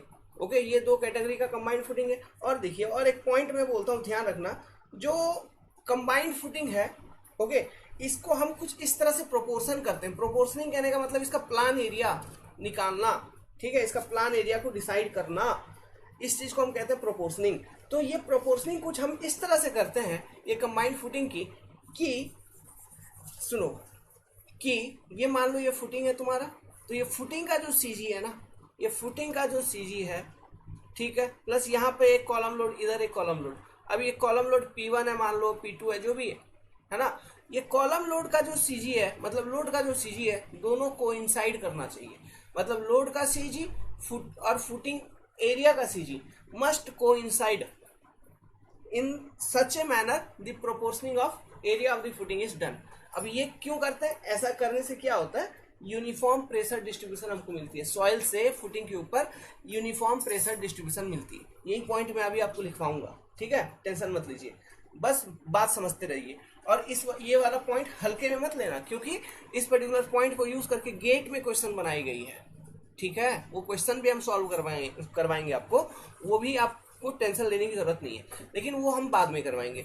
पहले हम डिजाइन मेथड वगैरह सब कुछ लर्न करेंगे, उसके बाद लास्ट में वो सारे छोटे छोटे ऐसे जो टॉपिक्स होंगे इसके ऊपर न्यूमेरिकल हम करेंगे। ठीक है, तो आप अभी यहाँ से लिखना चालू करिए। लिखिए, ए footing that support 2 or more column, 2 हो सकता है या उससे अधिक हो सकता है, is known as combined footing. It is used when 2 or more columns are close to each other. जैसे कि मैंने बोला, और ऐसे केसेस में आइसोलेटेड फुटिंग हर एक कॉलम के लिए प्रोवाइड करना पॉसिबल नहीं है, तो हम कंबाइंड ही प्रोवाइड कर देते हैं। और 2 or more individual footings of A column would overlap. ठीक है, जैसे कि आपने देखा था डायग्राम मैंने एक छोटा सा बना के दिखाया था। आगे लिखिए, कंबाइंड फुटिंग में भी ट्रेपेजोइडल और रेक्टेंगुलर इन प्लान, जो मैंने आपको दिखा दिया। A trapezoidal footing is provided, ये अब ध्यान से सुनो, a trapezoidal footing is provided when the load of one column is greater than other, मतलब अनइक्वल लोडिंग केसेस। ठीक है, अनइक्वल लोड, ये इंपॉर्टेंट पॉइंट है, आपसे पूछ लेगा ट्रेपेजोइडल कंबाइंड फुटिंग कब प्रोवाइड करेंगे, जब अनइक्वल लोडिंग हो। ठीक है, यूज ऑफ कंबाइंड फुटिंग, देखिए combined footing are use to transfer load of closely spaced column, जो कॉलम करीब करीब स्पेस है इनका जो लोडिंग आ रही है इसको कंबाइंड फुटिंग प्रोवाइड कर देंगे तो ये ट्रांसफर करेगा सॉइल के ऊपर, इसलिए हम इसका यूज करते हैं। ठीक है, और एक चीज, ये पॉइंट बहुत इंपॉर्टेंट है, when the column face the boundary of A plot. इसका क्या मतलब होता है, column face boundary of the plot का क्या मतलब होता है? इसका मतलब ये हुआ कि मान लो ऐसा ये दूसरे का जमीन है, मतलब ऐसा एक लाइन है, इधर शर्मा जी का जमीन है और इधर वर्मा का जमीन है ना, शर्मा वर्मा। तो अब ऐसे केसेस में देखो, शर्मा जी वर्मा जी में तो फाइटिंग बहुत होगा। वर्मा जी अभी घर बनाने वाले हैं, तो घर बनाने वाले हैं तो उनका कॉलम, एक कॉलम हो सकता है बाउंड्री पर आए, यहाँ पर एग्जैक्टली इस जगह पे कॉलम आ रहा है, तो यहाँ पर एग्जैक्टली इस जगह पे कॉलम आ रहा है, तो इस पर्टिकुलर कॉलम का जो फुटिंग वो प्रोवाइड करेंगे, तो वो फुटिंग हो सकता है ऐसे क्रॉस कर जाए, तो हो सकता है ये बाउंड्री लाइन को, है ना, जो इंडिया पाकिस्तान का है शर्मा वर्मा जी का, वो क्रॉस कर जाएगा वर्मा जी का फुटिंग, तो शर्मा जी गुस्सा करेंगे, अलाउ नहीं करेंगे। सो ऐसे केसेस में हम क्या करेंगे, जो एडजेसेंट कॉलम होगा ना उसके साथ जोड़ के इन दोनों का कंबाइंड फुटिंग बना देंगे। समझ गए, उन दोनों का कंबाइंड फुटिंग बना देंगे तो भी हमारा काम चल जाएगा। समझे, हम शर्मा जी के जमीन का यूज नहीं करेंगे क्योंकि वो हमारी नहीं है, तो यही चीज होता है when the column face the boundary of A plot. मोटा मोटी आप समझ गए ये चीज। ठीक है, तो ऑब्जेक्टिव क्वेश्चंस में पूछते हैं, इंटरव्यू वगैरह में पूछेंगे, तो ध्यान रखिएगा। नेक्स्ट, ये पॉइंट यहाँ तक लिख लिया, इसके बाद एक पॉइंट और लिखो। ठीक है, और कुछ लिखने का जरूरत नहीं है, एक पॉइंट और लिखो। पॉइंट ये है, लिखिए इसी में आगे कंटिन्यू करके, ये इंपॉर्टेंट पॉइंट है, मोस्ट इंपॉर्टेंट, यहाँ से न्यूमेरिकल सॉल्व होगा। ठीक है, star point, plan area of footing should B proportion in such A way that resultant load must pass through CG of plan area, comma to get uniform pressure distribution from soil। समझा रखा है मैंने आपको अभी diagram के माध्यम से, है ना। To get uniform pressure distribution from the soil, the CG of load must coincide with the CG of the footing area। बस this particular logic is used to proportion the footing area. अब इससे इसका क्या मतलब है ये और ज्यादा क्लियर कट समझ में आएगा। ये तो अभी थ्योरेटिकली आपने समझ लिया, ठीक है, लेकिन ये और ज्यादा थ्योरेटिकली, क्या थ्योरेटिकली, हाँ बिल्कुल थ्योरेटिकली समझा, डायग्राम वगैरह भी दिखा के मैंने समझाया, ठीक है, लेकिन इसका ज्यादा अधिक मतलब आपको समझ में आएगा जब मैं क्वेश्चन सॉल्व करवाऊंगा। तो इस पॉइंट के ऊपर क्वेश्चन एग्जाम में पूछे गए हैं, तो उस पर्टिकुलर क्वेश्चन को मैं आपको सॉल्व भी करवाऊंगा, टेंशन लेने की जरूरत नहीं है आपको। ये रहा, ये डायग्राम बना लीजिए, ठीक है, ये डायग्राम बना लीजिए। डायग्राम रहेगा कॉपी पे, अच्छा रहता है, एक ही बार तो बनाना है, उसके बाद जब भी बार बार रिवाइज करोगे, है ना, तो आलसी मत बोलो, डायग्राम बना लो, क्योंकि एक बार बना लोगे ठीक रहेगा, फिर जब भी बार बार रिवाइज करेंगे आप चीज़ों को, तब डायग्राम भी कॉपी पे है तो सब कुछ समझ में आ रहा होगा। जो भी बनाना है 3D नहीं बना पाओगे, this are the 3D diagrams, this are the 3D। तो अगर 3D नहीं बना पाएंगे, कम से कम ऊपर का ये दो, ये तो आप बना ही लीजिए, है ना, प्लान एरिया शो कर ही दीजिए, ठीक है, ये तो बना ही लो। अब देखो, इसी का एक और एक वर्जन होता है कंबाइंड फुटिंग का ही, और एक टाइप होता है जो कि इकोनॉमिकल होती है, और उसको हम कहते हैं strap beam, strap beam footing, strap beam footing. ये क्या होता है बेसिकली कि यहाँ पे देखो, इसको इकोनॉमी अचीव करने के लिए किया जाता है। देखो कंबाइंड फुटिंग इस तरह का, ठीक है, इस तरह का कहने का मतलब जो यहाँ आपको फोटो में दिख रहा है, ये हम तभी प्रोवाइड कर पाएंगे जब दो कॉलम मेरा करीब करीब हो, एरिया मतलब दो कॉलम के बीच में दूरी ज़्यादा नहीं हो, ज़्यादा डिस्टेंस ज़्यादा नहीं हो। लेकिन मान लो ऐसा एक सिचुएशन आया कि ये जो सॉइल है, ठीक है, जिस सॉइल के ऊपर आप बिल्डिंग बनाने वाले हो, ये एक पर्टिकुलर सॉइल है।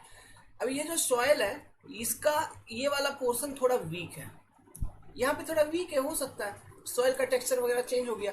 इधर सॉइल सफिशिएंटली स्ट्रांग है, सॉइल इधर सफिशिएंटली स्ट्रांग है। अभी देखिए, लेकिन आपने जब स्ट्रक्चर को डिजाइन किया है तो कॉलम आपका इस वाले पोर्शन में भी एक कॉलम आया है और यहाँ पर भी एक कॉलम है, ठीक है, लेकिन इन दोनों के बीच में डिस्टेंस भी काफी दूरी है, मतलब डिस्टेंस भी दूरी मतलब ज्यादा अधिक है। Distance is also more, distance is also more, मतलब as compare to this distance, यहाँ पे जो डिस्टेंस है इसके कंपेरिजन में ये डिस्टेंस अधिक है। समझ गए बात को, ये डिस्टेंस अधिक है। तो अब मुझे यहाँ पे बताइए मैं किस तरह का फुटिंग प्रोवाइड करूँ। देखो बेसिकली ये जो कॉलम है छोटू सा, और इसमें मान लीजिए लोडिंग भी अनइक्वल है, इक्वल है, कुछ भी हो सकता है, लोडिंग में भी एनीथिंग, ठीक है। तो यहाँ पर जो कॉलम पे लोड आ रही है पी लोड, चूंकि यहाँ पे सॉइल वीक है, फुटिंग तो मैं प्रोवाइड करूंगा फॉर स्टेबिलिटी पर्पस, ये तो बात है ही, ठीक है। लेकिन मैं ये चाहूंगा कि इस पर्टिकुलर कॉलम का, ठीक है, ये कॉलम का जो मैक्सिमम लोडिंग है वो ग्राउंड पे ना जाते हुए किसी तरह मैं इस वाले कॉलम पे ट्रांसफर कर दूं और ये वाला column maximum to maximum load transfer करे ग्राउंड में, क्योंकि इस जगह पे सॉइल आपका स्ट्रांग है। तो ऐसे केसेस में हम क्या करते हैं ना, इस वाले कॉलम से लेके इस वाले कॉलम तक एक बीम जोड़ देते हैं, ठीक है। तो अब जो लोड है इसकी फ्लो कुछ इस तरह से हो जाती है, क्योंकि ये बीम है, दिस बीम इज कनेक्टेड, और ये जो बीम है ये इस फुटिंग का सेटलमेंट होने नहीं देता अंडर दिस, क्योंकि यहाँ पे सॉइल वीक है ना, सॉइल का बियरिंग कैपेसिटी कम है, तो हो सकता है ये पर्टिकुलर लोडिंग के कारण ये फुटिंग यहाँ पे सेटल कर जाए। लेकिन ये जो बीम जोड़ देते हो जिसको हम कहते हैं strap beam, diagram clear, diagram समझ में आ रहा है, आप आगे चल के अभी डायग्राम भी दिखाएंगे, इसको हम कहते हैं स्ट्रैप बीम। इस बीम को जोड़ देने के कारण क्या होगा, होगा यही कि इस पर्टिकुलर कॉलम के ऊपर जो लोड आ रहा है, इस लोडिंग के कारण सेटलमेंट वगैरह नहीं होगी। इसका मतलब यही है कि ये जो लोड है, load is getting pass through this particular beam and इस वाले कॉलम के थ्रू से भी कुछ पोर्शन ऑफ लोड अंदर जा रही है, समझे। तो ये चीज किया जाता है। तो यहाँ पे पूरा का पूरा कंबाइंड फुटिंग जैसा यहाँ पे प्रोवाइड किया गया है in this cases, trapezoidal type का है ना, एक प्लान एरिया के साथ, ऐसा नहीं प्रोवाइड किया जाता। हम क्या करते हैं, एक सिंपली एक मतलब दो कॉलम के बीच में एक बीम बना देते हैं जिसको हम स्ट्रैप बीम कहते हैं। तो ये देखिए यहाँ पे एक डायग्राम मैंने लेके आ गया, आप देख सकते हो ये डायग्राम, यहाँ पे strap footing, this is your strap, ये थर्ड वाला जो डायग्राम है this is your strap footing. You can see यहाँ पे कॉलम है, पहला कॉलम, ये दूसरा कॉलम, ठीक है। इन दोनों कॉलम को एक स्ट्रैप बीम के माध्यम से जोड़ दिया गया है। आप स्ट्रैप बीम को भी देख पाएंगे यहाँ पे, है ना, this is your strap beam. इस पर्टिकुलर स्ट्रैप बीम के माध्यम से इस कॉलम को जोड़ रखा है, देख रहे हैं। अब ये चीज भी देखिए, यहाँ पे ये जो कॉलम है जिसपे लोड पी लग रही है, इस पर्टिकुलर कॉलम को, ये देखिए ये कॉलम एकदम ये फुटिंग के बाउंड्री पर है, एज पर है। तो मतलब जहाँ पे प्रॉपर्टी लाइन वाली मैटर होगी ना, प्रॉपर्टी लाइन, ठीक है, प्रॉपर्टी लाइन वाली जहाँ पे भी मैटर होगी, तो वहां पर भी under such circumstances also we can provide this particular means strap beam, we can make a strap beam, ठीक है। और इस तरह से ये जो कॉलम है इसको फुटिंग के एज पे, मतलब ये फुटिंग है आपका, दिस इज योर फुटिंग, तो ये फुटिंग के एज पे हम कॉलम को डिजाइन कर सकते हैं, कॉलम को प्लेस कर सकते हैं, ठीक है। प्लस इस तरह से हम स्ट्रैप बीम यहाँ पे प्रोवाइड कर देंगे, ठीक है। तो ये प्रॉपर्टी लाइन वाली मैटर भी यहाँ पे कवर कर रहा है ये। और ये केस कब करेंगे, ये केस तब करेंगे जब ये दो फुटिंग के बीच का डिस्टेंस जो है ना वो काफ़ी ज़्यादा है। डिस्टेंस अगर ज़्यादा होगा तो ये पूरे में कंक्रीट भरने का, रिइंफोर्समेंट डालने का कोई ज़रूरत नहीं है, नहीं तो ऐसा अगर करेंगे तो क्या होगा, अनइकोनॉमिकल होने लगेगा, है ना। तो इसलिए ये वाला सिस्टम अडॉप्ट कर लेते हैं। तो आप क्या करिए, अभी ये डायग्राम को नहीं बनाइएगा, अभी सेंटेंस लिखिए पहले, ठीक है, हेडिंग डालिए नेक्स्ट, जो भी आप पढ़ रहे थे, जो भी हेडिंग आपने लिख रखा था उसके आगे का हेडिंग डालिए और लिखिए sentence strap footing, when A distance between two column supported on combined footing becomes large. Distance between two columns supported on combined footing becomes large. The cost increases rapidly. जो cost है वो बहुत अधिक rapid way में बढ़ जाती है. The strap footing is economical option, जैसा कि मैंने बोला अभी, है ना, वो कंक्रीट वॉल्यूम का रिडक्शन हो रहा है ना. आप यहाँ पे एक पतला सा क्रॉस सेक्शन इस तरह का प्रोवाइड कर रहे हो, ठीक है, इस तरह का क्रॉस सेक्शन प्रोवाइड कर रहे हो, तो ये सारे जो वॉल्यूम है कंक्रीट का ये खत्म हो जा रही है ना, तो कॉस्ट रिडक्शन हो रही है, मतलब economical options. In such cases use of strap footing generally strap footings are used in conjunction with column of adjoining property. ये जनरली मतलब इसका जनरल यूज है, स्ट्रैप फुटिंग का जो जनरल यूज है वो एडजॉइनिंग प्रॉपर्टी पे जो कॉलम होगा, ठीक है, उसके साथ हम स्ट्रैप बीम लगा देंगे नियर बाई कॉलम में. ये जनरली किया जाता है, ठीक है. इस सेंटेंस को लिखिए. सेंटेंस को लिखने के बाद ये डायग्राम को बना लो, ये डायग्राम को बना लो आप. सेंटेंस को लिखने के बाद मेक दिस पर्टिकुलर डायग्राम, ठीक है, बना लीजिए, अच्छा रहेगा. और यहाँ पे ये लिख दीजिए strap beam, this is your strap beam. और भी बहुत सारे फायदे हैं ना, मतलब और भी जो कंडीशन मैंने बताया था कि ये जो कॉलम इसके नीचे का जो सॉइल है, ठीक है, वो वीक है, वो कमजोर है, मतलब इस सॉइल का बियरिंग कैपेसिटी उतना ज़्यादा नहीं है, तो ये इस पर्टिकुलर लोड को अच्छे से कैरी नहीं कर पाएगा. सो हम बीम कनेक्ट कर दिए, तो ये बीम के माध्यम से क्या इस कॉलम का डिफ्लेक्शन वगैरह नहीं हो रहा है, डिफरेंशियल सेटलमेंट वगैरह नहीं हो रहा है, जिस कारण से अनवांटेड प्रेशर डेवलपमेंट नहीं होगा. अनवांटेड प्रेशर डेवलपमेंट नहीं होगा तो आपका फुटिंग फेल नहीं करेगा. समझ गया. फुटिंग को हमको ऐसे भी डिजाइन करना है, ये ऑब्जेक्टिव है, फुटिंग को हमको ऐसे भी डिजाइन करना है कि उसमें डिफरेंशियल सेटलमेंट ना हो. कहने का मतलब है ये वाला फुटिंग का सेटलमेंट कुछ और, इसका सेटलमेंट कुछ और, तो ये चीज भी ना हो. समझ गया. क्यों? अगर ऐसा होगा तो स्ट्रक्चर में ऑब्वियस सी बात है कि अनवांटेड प्रेशर डेवलप होगा, जिस कारण से स्ट्रक्चर में क्रैक डेवलप होंगे, पूरा का पूरा सुपर स्ट्रक्चर आपका क्रैक हो जाएगा, है कि नहीं. तो ये चीज भी हम नहीं चाहते. और ये कब हो सकता है? जब बियरिंग कैपेसिटी डिफरेंट हो सॉइल का, है कि नहीं. सो इस तरह से हम अगर करेंगे तो ये डिफरेंशियल सेटलमेंट को भी रोकता है. ओके, ये पॉइंट यहाँ पे नहीं लिखा है, लेकिन आप समझ गए हैं तो उसको समझ के रखिए, लिख सकते हैं. बाकी इंटरव्यू पर्पज से अगर कोई पूछे तो जवाब दे देना, ठीक है. चलिए, तो ये हो गया स्ट्रैप फुटिंग. अब बात करते हैं एक इंपॉर्टेंट फुटिंग, 6 नंबर, मैट या फिर राफ्ट फुटिंग, ठीक है. नाउ राफ्ट फुटिंग, देखिए ये जो फुटिंग है ना, ये भी एक तरह का सैलो फुटिंग है. क्या है? It is also one type of shallow footing only. लेकिन इस पर्टिकुलर फुटिंग को हम तब यूज करते हैं जब सॉइल की बियरिंग प्रेशर या फिर बियरिंग कैपेसिटी, मतलब सॉइल जो लोड कैरी कर सकता है वो कम है. Soil is very weak. और ऐसे केसेस में आपको बहुत सारा मतलब लोड सॉइल पे ट्रांसमिट करना है. और मतलब क्यों करना होगा? क्योंकि हम स्ट्रक्चर बना रहे हैं, बिल्डिंग बना रहे हैं, तो उसमें कॉलम्स तो होंगे, बहुत सारे कॉलम्स होंगे. तो जब बहुत सारे कॉलम्स होंगे तो उनका लोड आप ट्रांसमिट करोगे. तो आइसोलेटेड फुटिंग अगर आप प्रोवाइड करेंगे तो ऐसे केसेस में हो सकता है कि आइसोलेटेड फुटिंग के नीचे का जो प्रेशर बने, है ना, मतलब आइसोलेटेड फुटिंग जब जैसे हम प्रोवाइड कर रहे हैं एक कॉलम के नीचे, लोड है P, तो ये टोटल कितना प्रेशर यहाँ पे अप्लाई कर रहा है? ये फाउंडेशन का वेट प्लस ये लोड प्लस इसके ऊपर भी बैकफिल सॉइल होगा, उन तीनों का प्रेशर मिला के ये एरिया डिवाइड करेंगे तो इतना का प्रेशर वो कहीं ना कहीं सॉइल के ऊपर लगा रहा है. तो ये फुटिंग सेफ हो इसलिए सॉइल भी अपोजिट डायरेक्शन में वो प्रेशर को नलीफाई करेगा, मतलब उतना रेजिस्टेंस लगाना चाहिए. तो यही होती है बियरिंग कैपेसिटी, कि सॉइल उसको झेल पा रहा है कि नहीं उस पर्टिकुलर प्रेशर को. अगर वो झेल पा रहा है तो ठीक है, वो सेफ है. अगर नहीं झेल पा रहा है तो वो कमजोर है, फेल हो जाएगा. तो ये जनरली उस तरह के सॉइल के लिए यूज किया जाता है जहाँ पे जो अलाउएबल सॉइल प्रेशर है वो बहुत कम है, मतलब सॉइल इज वीक. तो ऐसे केसेस में हम आइसोलेटेड फुटिंग प्रोवाइड नहीं कर सकते. फुटिंग को ज़्यादा बड़ा एरिया चाहिए होगा, ठीक है, क्योंकि एरिया अगर जब आप बढ़ा दोगे, लोड आपका सेम है, लोड इज सेम, जितना लोड पहले आता अभी भी वही आ रहा है, but you have increased any how the area. तो एरिया इंक्रीज कर देने के कारण क्या होगा? जो प्रेशर है वो कम हो जाएगा, मतलब प्रेशर जो फुटिंग सॉइल के ऊपर लगाएगा वो कम हो जाएगा. मतलब वो हो सकता है सॉइल का जो कैपेसिटी है उसके विदिन आ जाए, सेफ लिमिट्स में आ जाए. है ना। तो इसलिए हम इस तरह का फुटिंग हम डिजाइन करते हैं जिसको कहते हैं राफ्ट फुटिंग। राफ्ट कुछ नहीं होता, ये जो राफ्ट शब्द है दोस्तों, it is nothing but A slab of a particular thickness. जैसा आप स्लैब को डिजाइन करते हो ना, उसी तरह का सेम राफ्ट होता है, उसी जैसा पूरा रिइंफोर्समेंट डिटेलिंग होती है राफ्ट की, है ना।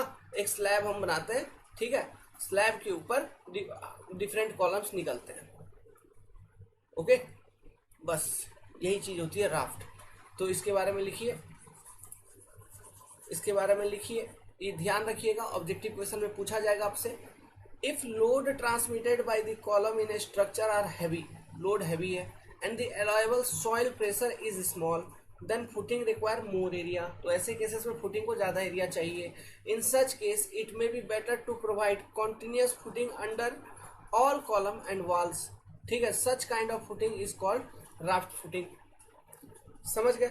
Use of raft footing, it is widely used when soil has low load bearing capacity. मतलब सॉइल का जब कैपेसिटी बहुत कम है तो ऐसे केसेस में हम इसको यूज करते हैं। तो इसका डायग्राम मैं दिखाता हूं, देखिए, ये देखिए, मतलब एक ही स्लैब बना दिया गया, दिस इज योर मैट, इसको मैट पट्टी, है ना, और राफ्ट भी कहा जाता है। ये एक तरह का स्लैब होता है, पूरा का पूरा ये स्लैब है, इससे बहुत सारे मल्टीपल कॉलम्स निकले हुए हैं, बस, ठीक है। ये 3D फिगर है नाउ, या फिर ये प्लान। तो आप क्या करो, ये दो फिगर बना लो, ये वाले और ये वाले, ठीक है, दिस इज प्लान। तो अब हमको क्या डिजाइन करना, हमारा जो सिलेबस में है, जो हम यहाँ आरसीसी में डिजाइन करना सीखेंगे, वो मैं रेक्टेंगुलर या फिर स्क्वायर बात कर लो, ठीक है, रेक्टेंगुलर या फिर स्क्वायर फुटिंग आइसोलेटेड कंडीशन में हम डिजाइन करना आपको सिखाएंगे। मतलब एक फुटिंग है, इसके ऊपर कॉलम है, ठीक है। अब ये आरसीसी का भी हम सिखाएंगे आपको, प्लस पीसीसी जो पेडेस्टल वगैरह होता है उसके कुछ कोडल प्रोविजंस भी आपको हम सिखाएंगे, ठीक है, क्योंकि वो चीज़ भी एग्जाम में पूछे जाते हैं, एग्जाम के लिए इंपॉर्टेंट है। लेकिन पहले एक आरसीसी रेक्टेंगुलर आइसोलेटेड फुटिंग जिसके ऊपर एक कॉलम है जो पी लोड ट्रांसमिट करेगा, इसको डिजाइन करना सीखेंगे, इसका रिइंफोर्समेंट डिटेलिंग सीखेंगे। ये चीज़ हमारी मेन टॉपिक है। अभी ये सीखने के बाद हम ये जो पीसीसी वगैरह का जो कोडल प्रोविजंस है वो हम आपको प्रोवाइड करेंगे, प्लस उसके बाद जो लोड वियरिंग वाल था या फिर आरसीसी वाल था, ठीक है, इससे रिलेटेड कुछ हमारे पास कोडल प्रोविजंस हैं, हम आपको वो प्रोवाइड करेंगे। क्लियर है। तो with this particular chapter will be completed, ठीक है। नाउ अब देखिए, डीप फाउंडेशन के बारे में तो मैंने बता ही रखा था आपको, ठीक है। ये दो तरह के होते हैं बेसिकली, जो हम देखते हैं वो होता है एक पाइल फाउंडेशन और दूसरा होता है राफ्ट वगैरह, सॉरी वेल फाउंडेशन, ठीक है, वेल फाउंडेशन या फिर इसको हम केशन फाउंडेशन भी कहते हैं। तो ये जनरली हम वेल फाउंडेशन वगैरह तो हैवी लोड अगर ट्रांसफर करना है इसके लिए हम यूज करते हैं, हैवी लोडिंग के लिए। जैसे कि इसको हम यूज करते हैं ब्रिजेस वगैरह के लिए, है ना, ब्रिजेस वगैरह के लिए इसको यूज किया जाता है। ये जो पाइल फाउंडेशन है, अभी इसके बारे में मैं आपको बताता हूँ। ये जो डीप फाउंडेशन, इसका जनरली जो लेंथ होती है काफी ज्यादा होती है ना। अब इसका मेन ऑब्जेक्टिव क्या है, जैसे कि ये मान लो ग्राउंड लेवल है, ग्राउंड लेवल, इसके ऊपर एक सुपर स्ट्रक्चर है, पर्टिकुलर सुपर स्ट्रक्चर है। तो हम क्या करते हैं ना, बेसिकली व्हाट वी डू, यहाँ पे बहुत सारे पाइल्स को इंस्टॉल करते हैं, और इन पाइल्स का काम क्या है, ये जो सुपर स्ट्रक्चर का लोड है ओवरऑल, इस लोडिंग को नीचे कहीं जाके ट्रांसफर करें। ऐसा हम क्यों करते हैं, क्योंकि सैलो फाउंडेशन का डेप्थ देखिए, डेप्थ बहुत कम होता है, मतलब ये टॉप लेयर ऑफ सॉइल में होता है। तो this, let's suppose this top layer of soil, ये जो ऊपर का लेयर है, under here it is not suitable. Not suitable कहने का मतलब है स्ट्रेंथ जो है ना इसकी काफी कम है, स्ट्रेंथ जो है इसकी काफी कम है, स्ट्रेंथ इज वेरी लो। सो ये स्ट्रक्चर के लोड को आप इस टॉप लेयर ऑफ सॉइल में छोड़ नहीं सकते। तो ऐसे केसेस में लोडिंग को कहीं नीचे लिया के छोड़ना होगा, और मोस्ट प्रोबेबली आपको यहाँ पे कोई एक बियरिंग स्ट्रेटा मिल जाता है, ठीक है, बियरिंग स्ट्रेटा, जैसे रॉक वगैरह अंडरग्राउंड मिल गया तो वहां पर जाके ये पाइल रेस्ट करेगा और लोड को ट्रांसफर करेगा। इसका पूरा मैकेनिज्म सॉइल मैकेनिक्स में हमने समझा रखा था, ठीक है, कैलकुलेशन वगैरह सब कुछ, तो आप वहां से कवर अप कर सकते हैं। तो यही चीज होती है। तो टॉप लेयर का सॉइल अगर कमजोर है, या फिर मान लो टॉप लेयर में वाटर टेबल भी, मतलब इस लोकेलिटी में वाटर टेबल भी बहुत हाई है, मान लीजिए इधर वाटर टेबल इज हायर, ठीक है, water table is higher, water table is higher, जैसे मेराइन एरियाज में नदी नदी के अगल बगल है ना, वाटर टेबल हाई होती है, वाटर टेबल इज हायर। तो ऐसे केसेस में भी वी यूज डीप फाउंडेशन, क्योंकि वाटर टेबल ऊपर होने के कारण सॉइल की बियरिंग कैपेसिटी कम हो जाती है, तो हम डीप फाउंडेशन को ही प्रीफर करते हैं। क्लियर है? ओके। आप यहाँ पे एक स्ट्रक्चर को देख सकते हैं। ओके, एक स्ट्रक्चर को देखिए, यहाँ पे एक डीप फाउंडेशन मतलब पाइल फाउंडेशन का एग्जांपल है ये। आप देखिए ये जो कॉलम है, कॉलम के ऊपर लोड आ रहा है पी, तो ये कॉलम सीधा पाइल के ऊपर रेस्ट नहीं करता है। हम एक जैसा फुटिंग बनाते हैं ना, उसी तरह का एक आरसीसी पाइल कैप बनाते हैं। This is your pile cap. ठीक है, ये पाइल कैप जो है ये पाइल्स के ऊपर रेस्ट करता है। ठीक है, ये पाइल कैप जो है इसके नीचे हम पाइल्स प्रोवाइड करते हैं। These are the piles, these are the piles. समझ गए बात को? ओके, इसका भी अपना एक डायमेंशन फिक्स होता है। देखो इसका अगर थिकनेस स्पेसिंग वगैरह का बात करूं, जो एवरेज एक जनरल आइडिया देता हूं आपको एज ए इंजीनियर, मैं जनरल आइडिया देता हूं जो जनरली नॉर्मली अभी सभी कंस्ट्रक्शन में आप देखोगे, ये जो थिकनेस होती है ना, ये 0.5 मीटर से लेके है ना, ये होती है 3 मीटर तक, ये पाइल कैप का थिकनेस। ओके, अभी दूसरा चीज मैं आपको ये बता रहा हूँ, ये जो पाइल्स होती, पाइल्स की जो थिकनेस होती है, ठीक है, पाइल्स की जो थिकनेस होती है ये भी लगभग 0.5 मीटर ही होता है। इसका जो डायमीटर वगैरह होता है ये भी 0.5 मीटर, मतलब आधा आधा मीटर का तो पाइल होता ही है। क्योंकि पाइल फाउंडेशन आप ऐसे कोई नॉर्मल तो यूज नहीं करेंगे, हैवी लोडिंग के केसेस में हम यूज करते हैं, तो आधा आधा मीटर का तो ये होगा ही। प्लस ये जो लेंथ होता है ना, जनरली 8 साढ़े 8 मीटर 9 मीटर तक लेंथ इसकी जाती है। ओके, और जो स्पेसिंग होता है ये स्पेसिंग अप्रोक्सीमेटली 2.5 मीटर 2.5 मीटर। देखिए ये सब डेटा जो मैं बता रहा हूँ अभी आपको याद करने का जरूरत नहीं है, क्योंकि ये तो प्रॉपर्ली डिजाइन करके निकाला जाता है, ठीक है, अकॉर्डिंग टू रिक्वायरमेंट। लेकिन एज ए इंजीनियर एक जनरल आइडिया मैंने दे दिया कि ध्यान रखना पाइल के बीच का जो स्पेसिंग होता है वो लगभग 2.5 मीटर की होती है, पाइल का जो डाया होता है वो लगभग आधा मीटर की होती है ना, उसका जो लेंथ होता है लगभग 8.5 से 9 मीटर तक जाता है, उससे ज़्यादा नहीं, क्योंकि उतने में आपको हार्ड स्टेटा मिल जाएगा और उतना लेंथ सफिशियंट है। क्योंकि यहाँ पे पाइल का जो रेजिस्टेंस है वो 2 तरीके से मिलता है ना आपको, फिर आपको यहाँ पे साइड फ्रिक्शन भी तो मिलेगा, ये साइड फ्रिक्शन भी मिलेगा, ठीक है। और साइड फ्रिक्शन कब मिलेगा? जब आप पाइल को इंस्टॉलेशन करने का भी तरीका अलग होता है। कास्ट इन सीटू होता है, कास्ट इन सीटू मतलब वहीं पर गड्ढा खोल के आरसीसी डाल के रिइंफोर्समेंट वगैरह डाल के आप पाइल डाल रहे हो, वो चीज कर सकते हो।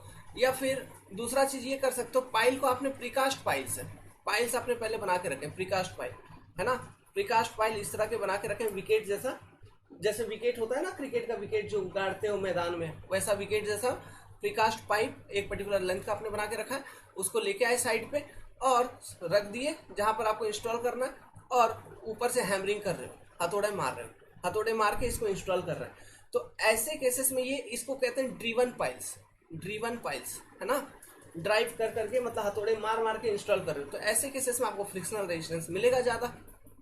समझ गए? ओके, तो पाइल का भी लोड कैरिंग कैपेसिटी जो है वो अलग अलग मैकेनिज्म के तहत निकालते हैं, ठीक है। बियरिंग मैकेनिज्म होता है, फ्रिक्शन मैकेनिज्म होता है, मतलब फ्रिक्शन रेजिस्टेंस, तो ये सब कुछ हमने सॉइल मैकेनिक्स में पढ़ा रखा है। अब सॉइल मैकेनिक्स में जो हमारा फाउंडेशन वाला टॉपिक है, ठीक है, जिसमें सैलो फाउंडेशन, डीप फाउंडेशन सब चीज़ों को पढ़ा रखा है, वहाँ से आप इन सब चीज़ों को लर्न कर सकते हो। हमको उतना ही लर्न करना है क्योंकि एग्जाम हमारा जो कॉन्टेक्स्ट है, एग्जाम जो सिलेबस स्कोप, उसमें उससे ज़्यादा पूछेगा नहीं। क्लियर है? बाकी ये सब जो डिस्कशन यहाँ पे हुआ है, इससे आपका मोटा मोटी जो भी छोटे बड़े एग्जामिनेशन होंगे उसमें सभी तरह के क्वेश्चंस आपके सॉल्व हो जाएंगे, नॉट टू वरी अबाउट। अरे सब चीज डिजाइन किया जाता है, जैसे कि यहाँ पे ये ओवरहैंग आपको दिख रहा है, मतलब ये पाइल है, यहाँ से ये ओवरहैंग दिख रहा है, ये ओवरहैंग का लेंथ कितना होना चाहिए ये भी डिजाइन करना है हमको, ठीक है। ये लगभग 150 से 200 mm तक लेंथ होती है इसकी, और किसी भी केस में this overhang should not be less then 100 mm, ठीक है। ये उसका पाइल का डिजाइन है जो कि हमको नहीं करना है ना, हमारे सिलेबस में नहीं है। ये जब हायर स्टडीज आप करोगे ना, एमटेक वगैरह करोगे, तो वहां पे ये सब चीजों का मतलब ये सब चीज पढ़ेंगे। अभी बीटेक लेवल पे ये पढ़ना ही नहीं है क्योंकि पूछेगा ही नहीं, जो एग्जाम तुम अपियर करने वाले हो, तो मैं पढ़ा के क्या करूंगा। एमटेक के लिए अगर पढ़ाता, मान लो है ना, हमारा स्ट्रक्चर में ही एमटेक है, तो एमटेक के लिए पढ़ाते तो वहां पे इन सब चीजों को बताते, सब चीज बताते, ठीक है। लेकिन अभी जरूरत नहीं है ना। ओके, तो इतना ही समाप्त करेंगे इसको। जो हमको यहाँ पे बेसिक जानकारी चाहिए था ले लिए। चलो अब क्वेश्चन सॉल्व कर लेंगे, लास्ट में कराने से अच्छा यहीं पे करा दूँ तो इसी के साथ कंसेप्ट क्लियर रहेगा। तो लास्ट में हम अब लास्ट में क्या दिमाग लगाएंगे फालतू का, यहीं पे कर लेंगे। गेट में आया हुआ है क्वेश्चन, ठीक है, गेट में आया हुआ है, ध्यान रखना। सॉल्व करिए, क्वेश्चन लिखिए। 2 column subjected to axial load of 1000 और 1600 किलो न्यूटन। 2 कॉलम है बाबू लोग और 1000 और 1600 किलो न्यूटन का लोडिंग लग रहा है। It is separated by 2 meter centre to centre. वो जो 2 कॉलम है उसके बीच में सेंटर टू सेंटर डिस्टेंस जो है 2 मीटर है। Safe bearing capacity SBC of soil is 150 kilo newton per metre square. Safe bearing capacity दे दिया है सॉइल का। अभी इसका यूज आप समझो कि यही चीज हमको बाद में कैलकुलेट भी करना है, ठीक है। इसके ऊपर भी मैं आऊंगा, सॉइल में तो ऐसे मैंने समझा ही रखा है, यहाँ पर भी मैं इसके ऊपर आऊंगा, आप टेंशन मत लीजिए, एक बार फिर से आपको दोबारा मैं समझा दूंगा। लेकिन अभी के लिए ये देखिए कि ये सेफ बियरिंग कैपेसिटी दिया हुआ है, जो डेटा हमको चाहिए था वो डेटा गिवन है यहाँ पे। Safe bearing capacity of soil is 150 kilo newton per metre square. Width of footing is 3 metre, है ना, जो विड्थ है फुटिंग का it is 3 metre. Proportion the footing for uniform pressure from soil. Question क्या बोल रहा है, फुटिंग को प्रोपोर्शन करिए for uniform pressure from soil, ठीक है, ये चीज हमको करना है। अब देखिए क्वेश्चन में एक डायग्राम भी गिवन है, वो डायग्राम मैं आपको अभी बताऊंगा, वो दिखाऊंगा, वो डायग्राम दिखाऊंगा, ओके।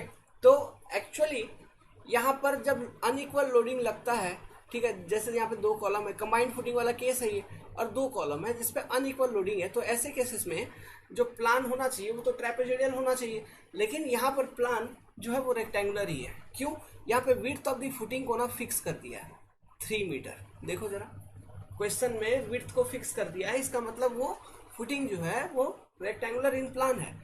तो ये चीज हो सकता था कि आपको समझ में नहीं आता, इसलिए मैंने यहाँ पे एक सेंटेंस लिख दिया कि plan of the footing is rectangular. Clear है, ये चीज मैंने इसलिए जानबूझ के लिख दिया, लेकिन आपको दिमाग लगाना है ना। यहाँ पे विड्थ ऑफ द फुटिंग जो है वो 3 मीटर फिक्स कर दिया है। तो ट्रेपेजोइडल अगर होगा मान लो इस तरह से, तो इसका विड्थ तो 3 मीटर फिक्स नहीं होगा ना, ये विड्थ तो वेरी करेगा, यहाँ पे कुछ और यहाँ पे कुछ और। विड्थ फिक्स तभी हो सकता है जब ये 3 मीटर हो तो इधर भी 3 मीटर होगा, तो ये रेक्टेंगुलर ही होगा आर, नहीं तो ये ट्रेपेजोइडल हो जाएगा जब अनइक्वल विड्थ होगा। तो यहाँ पे विड्थ फिक्स करने का मतलब है आपको क्या कर दिया है, रेक्टेंगुलर प्लान दे दिया है। तो प्रोपोर्शन हमको करना क्या है, चलिए देखते हैं क्या प्रोपोर्शन करना है फॉर यूनिफॉर्म प्रेशर, देखते हैं। देखिए इसका डायग्राम बनाते हैं, चलो डायग्राम खुद बनाते हैं तो ज़्यादा अच्छा रहेगा, ठीक है। मान लो क्वेश्चन में डायग्राम नहीं दिया होता तो ऐसे कंडीशंस में क्या करते हैं, let's suppose this is 1 column, this is 1 particular column, ठीक है, ये कंबाइंड फुटिंग का केस है। तो ये कॉलम के नीचे ये मैंने फुटिंग का एक पर्टिकुलर थिकनेस ले लिया, ऐसा ऐसा। Now this is another column, this is another column here, इसके नीचे मान लो फुटिंग का ऐसा मैंने थिकनेस ले लिया, ऐसा, ठीक है, इस तरह से। Now let's suppose over this column यहाँ पे लोड है P equal to 1000 kilo newton, 1000। इस वाले कॉलम के ऊपर जो लोड है let's suppose P equal to it is your कितना 1600 किलो न्यूटन। क्लियर है। Now centre to centre distance between column, कहने का मतलब है यहां से लेके यहां तक, ये C/C, centre to centre distance between column आपको गिवन है, this distance is your 2 meter, ठीक है। इसका अगर प्लान देखोगे इस फुटिंग का तो प्लान तो रेक्टेंगुलर होना है क्योंकि क्वेश्चन में फिक्स कर दिया है प्लान, ठीक है। तो प्लान आपका कैसा होना है, plan must be rectangular like this something. यहाँ पे आपका एक कॉलम है और इधर आपका एक कॉलम है, हियर इज अनदर कॉलम। ये डिस्टेंस आपका centre to centre distance, this particular distance is given in the problem, ठीक है। This distance centre to centre is given in problem as 2 meter. Now आपको प्रोपोर्शन क्या करना चाहिए, width भी 3 meter given है क्वेश्चन में, this width is also given in question 3 meter. तो यहाँ पे जो बच रहा है जो डायमेंशन वो ये 2 मीटर हमको मालूम है, लेकिन ये जो पार्ट है दिस ओवरहैंग पार्ट ये हमको मालूम नहीं है ना। देखो जरा ये यहाँ से ओके, ये यहाँ पे आ गया, थोड़ा ये लाइन ऐसे मैं कर देता हूँ, ऐसा कर देता हूँ, ठीक है।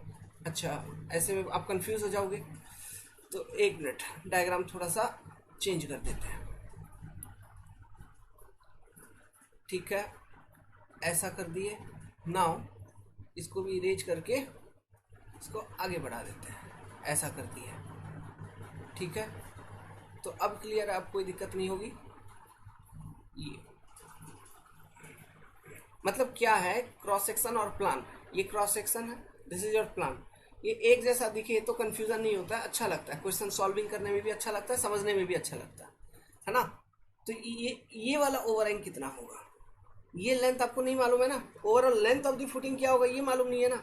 Let's suppose this length is x and this particular length is y, तो हमको x और y का वैल्यू कैलकुलेट करना है, समझ गए बात को, x और y का वैल्यू हमको कैलकुलेट करना है। तो ये हम कैसे करेंगे, तो देखिए ये अच्छा, इसमें से एक जनरल मेरे को ये बताओ किसका ज्यादा होगा, x का लेंथ ज्यादा होगा ना y का लेंथ ज्यादा होगा। ऑलवेज डियर, ये लोडिंग ज्यादा है देखो P, तो ऑब्वियसली y की जो लेंथ होगी ना ये ज्यादा होगी as compare to x। Calculation करके देखेंगे, सॉल्व करके, तो आंसर यही आएगा। तो इसको कैसे करेंगे, देखिए जो कॉन्सेप्ट मैंने आपको बताया प्रोपोर्शनिंग का, वो क्या बताया कंबाइंड फुटिंग के केस में, वो मैंने ये बताया है, ये जो लोडिंग है यहाँ पे टोटल लोड कितना है, रिजल्टेंट लोड क्या होगा, the resultant load will be 1600 plus 1000 which is equal to 2600 kilo newton, 2600 kilo newton. तो जो रिजल्टेंट लोड है ना, वो कहाँ से आपका पास करना चाहिए, the resultant load must pass through the CG of this particular plan area. इस प्लान एरिया का सीजी कहाँ होगा, इस प्लान, लेट्स सपोज इस फुटिंग का जो टोटल लेंथ है, लेट्स सपोज सब एज्यूम करना होगा, सब लेके चलना होगा, इस फुटिंग का जो टोटल लेंथ है, this particular total length here to here it is your L. तो इस प्लान एरिया का जो सीजी होगा वो होगा एकदम मिड में, एकदम सेंटर पे, और वो सीजी कहाँ पे होगा, वो सीजी होगा किसी एक एंड से देखोगे तो L/2, यहाँ से L/2 पे सीजी होगा या फिर यहाँ से L/2 पे सीजी होगा, ठीक है, L/2 पे सीजी होगा। और प्रोपोर्शनिंग का टेक्निक क्या है, यही है कि जो रिजल्टेंट लोड है, resultant load is P plus P, मतलब ये P1 प्लस P2 मान लो, इसको P1 मान लो यार, इसको P2 मान लो, P1 plus P2 2600 kilo Newton जो रिजल्टेंट लोड है, it must pass through this particular CG, ठीक है, it must pass through this particular CG, मतलब लोड का CG और इस प्लान एरिया का CG कोइंसाइड होना चाहिए। This is the concept.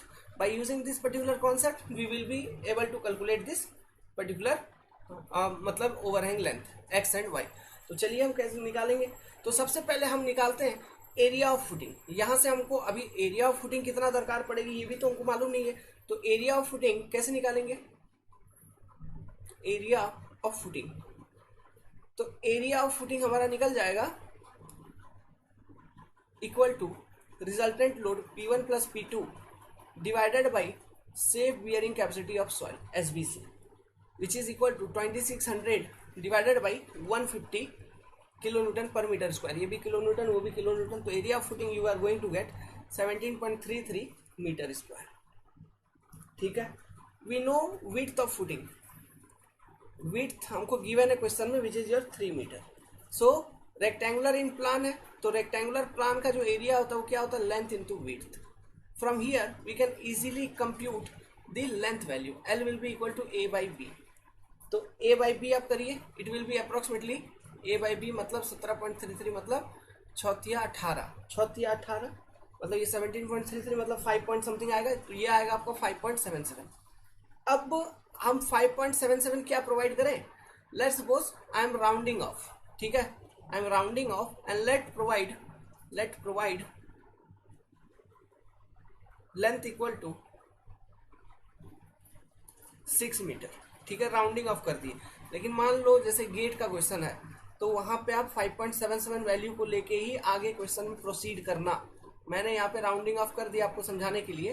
तो ये आपको एग्जाम में क्वेश्चन आ जाए तो ये करने का जरूरत नहीं है।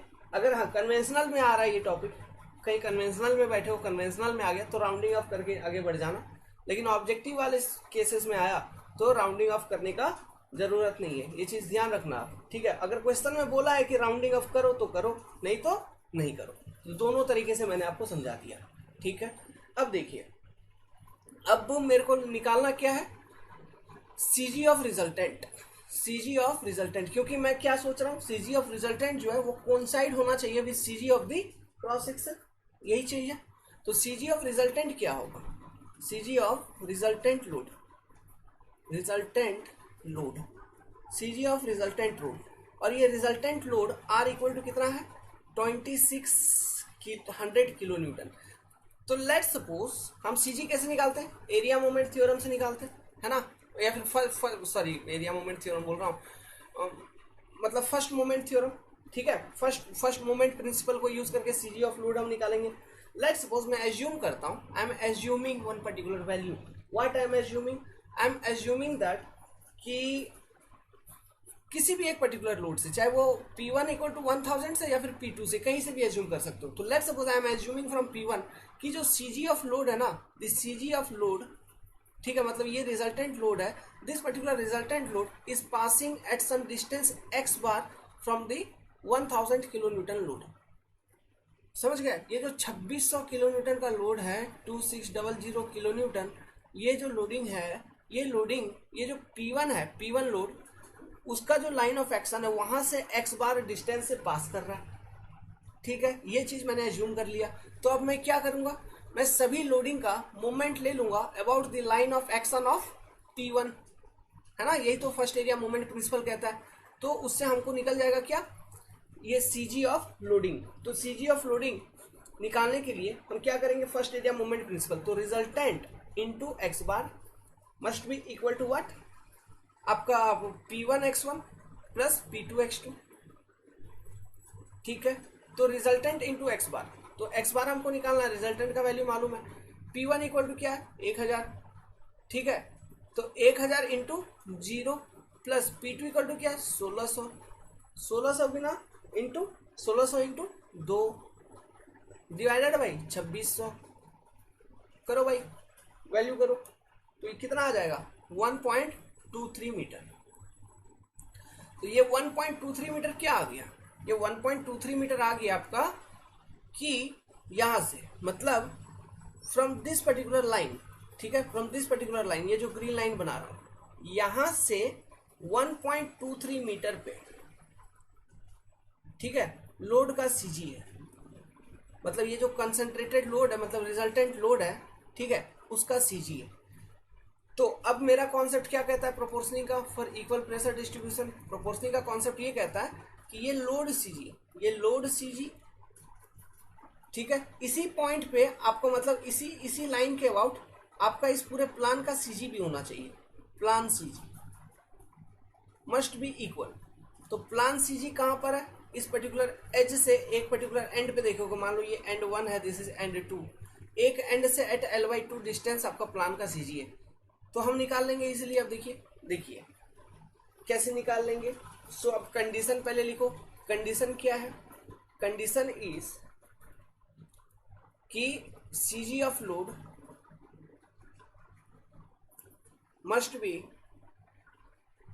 मस्ट पास थ्रू या फिर पास थ्रू नहीं, CG of load must coincide CG of plan area. तो by using this particular condition, या फिर हम ऐसे भी कह सकते हैं कि for uniform pressure distribution through soil load must pass through CG of the plan area, या फिर ऐसा भी कह सकते हैं, मतलब यही सेम कंडीशन है। तो हम क्या लिख सकते हैं, हम ये लिख सकते हैं, देखो कि L/2 इक्वल टू आपका क्या होगा, L/2 इक्वल टू हम इसको लिख सकते हैं x प्लस एक्स बार का बबुआ, L/2 equal to x plus x bar लिख सकते हैं by using this particular condition. L/2 पे आपका क्या हो रहा है, सीजी ऑफ प्लान एरिया है, ठीक है, और यहाँ पे कॉलम था, तो कॉलम का यहाँ से लेके यहाँ तक का, ठीक है, क्योंकि यहाँ पे रिजल्टेंट लोड भी पास कर रहा है, और ये सीजी ऑफ प्लान एरिया भी हमने कंसिडर कर लिया है। ये डिस्टेंस पूरा L/2 है, यहाँ से यहाँ तक ओवरहैंग हमने x कंसिडर कर रखा है, ये x बार कैलकुलेट हो गया, तो x plus x bar must be equal to L/2। तो L हमने कितना एज्यूम कर रखा है, L हमने एज्यूम कर रखा है 3 meter, I think, sorry 6 meter, तो 6 मीटर का आधा, तो ये हो गया आपका 3 मीटर, इक्वल टू x का वैल्यू हमको निकालना है, प्लस एक्स बार हमारा निकल गया 1.23 मीटर। तो यहाँ पे ये वैल्यू पे ध्यान रखना, ये 5.77/2 करना है। यहाँ पे हमने राउंड फिगर ले लिया है ताकि हम बिना कैलकुलेटर का सॉल्व कर पाए। तो ये x इक्वल टू क्या होगा, x इक्वल टू हो जाएगा आपका मतलब L/2 माइनस ये वाला value, it will be 1.77 meter. हो गया प्रोपोर्शनिंग। तो ये x ओवरहैंग लेंथ आपने 1.77 निकाल लिया। वहां से हम क्या निकाल लेंगे, अगेन y का वैल्यू। ये जो y ओवरहैंग है ये हम कैसे निकालेंगे, देखो y ओवरहैंग निकालने के लिए हम ऐसा लिख सकते हैं फिर कि नेक्स्ट वाला जो L/2 है, नेक्स्ट वाला L/2, ठीक है, नेक्स्ट वाला L/2 का इक्वेशन बनाओ। Next L/2 will be equal to, ये इक्वल टू क्या लिख सकते हो, देखो ये इसमें लिख सकते हो 2 माइनस एक्स बार, एक लेंथ मिलेगा आपको 2 माइनस एक्स बार, प्लस उसके बाद हम क्या लिख सकते हैं, y ओवरहैंग लेंथ लिख सकते हैं, which will be equal to L/2। तो यहाँ से आप सॉल्व करेंगे दी y वैल्यू या फिर y overhang length value, you are going to get 2.33 meter. तो यहाँ पे देख रहे हैं जो चीज मैंने पहले बताया था कि y will be greater than x, क्योंकि y कॉलम के y वाला जो ओवरहैंग है उसके नियर अबाउट जो कॉलम है उस पर लोडिंग ज्यादा है, इसलिए ये ऐसा हो रहा है, ठीक है, और कोई रीजन नहीं है। तो इसी कंडीशन को यूज करते हुए मैं आपको एक कॉन्सेप्ट बताता हूँ यहाँ पे, ठीक है। ये चीज भी ध्यान रखना, ESC में ऑब्जेक्टिव में पूछा है। एक नोट बना के यहीं पे समझ लो। नोट किया है, देखो ये सब कुछ यूनिफॉर्म प्रेशर डिस्ट्रीब्यूशन के लिए किया जाता है और कुछ नहीं है। मान लो ये कॉलम है ऐसा, और ये उसका नीचे आप फुटिंग प्रोवाइड कर रखे हैं, ठीक है, इस पे लोडिंग है, P लोडिंग भी है, और लेट्स सपोज कि इस तरह से मूवमेंट भी है, लाइक दिस, एक बेंडिंग मूवमेंट भी लग रही है, एक मूवमेंट भी लग रही है कॉलम पे, मतलब सॉरी ये कॉलम, हाँ कॉलम के ऊपर। ये आपका ग्राउंड लेवल है इधर, this is your ground level. तो लेट्स सपोज इसके CG से हम 2 ओवरहैंग लेते हैं, ये मान लो L1 ओवरहैंग हो गया, ये L2 हो गया। अब आपसे क्वेश्चन पूछेंगे कि कौन सा लेंथ ज़्यादा होना चाहिए। तो देखो मूवमेंट लग रही है, तो मूवमेंट लगने के कारण क्या होगा, मूवमेंट लगने के कारण ये चीज इस तरह से जो मूवमेंट लग रही है इस कारण से ये वाला पोर्शन लिफ्ट अप हो सकता है ना, इस तरह से ये टिल्ट हो सकता है। समझ गए बात को, ओके। तो अगर मैं ये वाला ओवरहैंग लेंथ अगर बढ़ा दूं तो मेरे को ये बताओ क्या ये इस तरह से टिल्ट अप होगा, नहीं, मतलब L2 will be greater than L1। सोचो जरा, हो जाएगा बिल्कुल। तो ये क्वेश्चन भी ESC में पूछा है। दूसरा कंडीशन ये भी पूछा है कि दूसरा और एक क्वेश्चन ये भी पूछा है कि मान लीजिए कॉलम है, ठीक है, कॉलम है और आपका फुटिंग है, ये पहला note, this is your first note, इसके लिए ये कंडीशन। दूसरा नोट, मान लो इस पर P लोडिंग लग रहा है, इसके साथ साथ आपने इस पर्टिकुलर डायरेक्शन में हॉरिजॉन्टल लोड H भी आपने एक लगा रखा है। तो ये L1 मान लो ओवरहैंग, ये इसका मतलब कॉलम के सेंटर से, और ये L2 ओवरहैंग। तो ऐसे केसेस में कौन सा ओवरहैंग लेंथ ज्यादा होगा, तो here also same, L2 will be greater than L1, ठीक है। तो ये दो इंपॉर्टेंट पॉइंट ध्यान रखिएगा, एग्जाम में इस तरह का डायग्राम बना के बोल सकता है which overhang will be more, right left, right overhang, left overhang, ऐसा वैसा कुछ पूछ सकता है, या फिर L1 L2 लिख के पूछ सकता है। समझ गए, स्टेटमेंट बना के कुछ भी पूछ सकता है फ्रॉम दिस पर्टिकुलर 2 नोट। तो इंपॉर्टेंट, रिमेंबर दिस, डायग्राम बना लो, अच्छे से नोट बना के रख लीजिए। होप कि आपको ये क्लास समझ में आया हो। Next what we are going to do is, अच्छा प्रेशर डिस्ट्रीब्यूशन वगैरह ये सब चीज़ें लास्ट में देखेंगे, ठीक है, कोई मतलब का नहीं है, ये सब चीज़ सोम वगैरह में सब कुछ पढ़ा रखा है मैंने, तो वही सब चीज़ यहाँ पर भी होता है, मतलब बेंडिंग वगैरह होता है जो है ना, ऐसे केसेस में ये सब चीज़, देखो इरिगेशन पढ़ रखा है तो वहाँ पे डैम में पढ़ा रखा है मैंने, ओके, डैम का जो बेस होता है उसको उस पर जो प्रेशर डिस्ट्रीब्यूशन होती है सब कुछ मैंने आपको पढ़ा रखा है।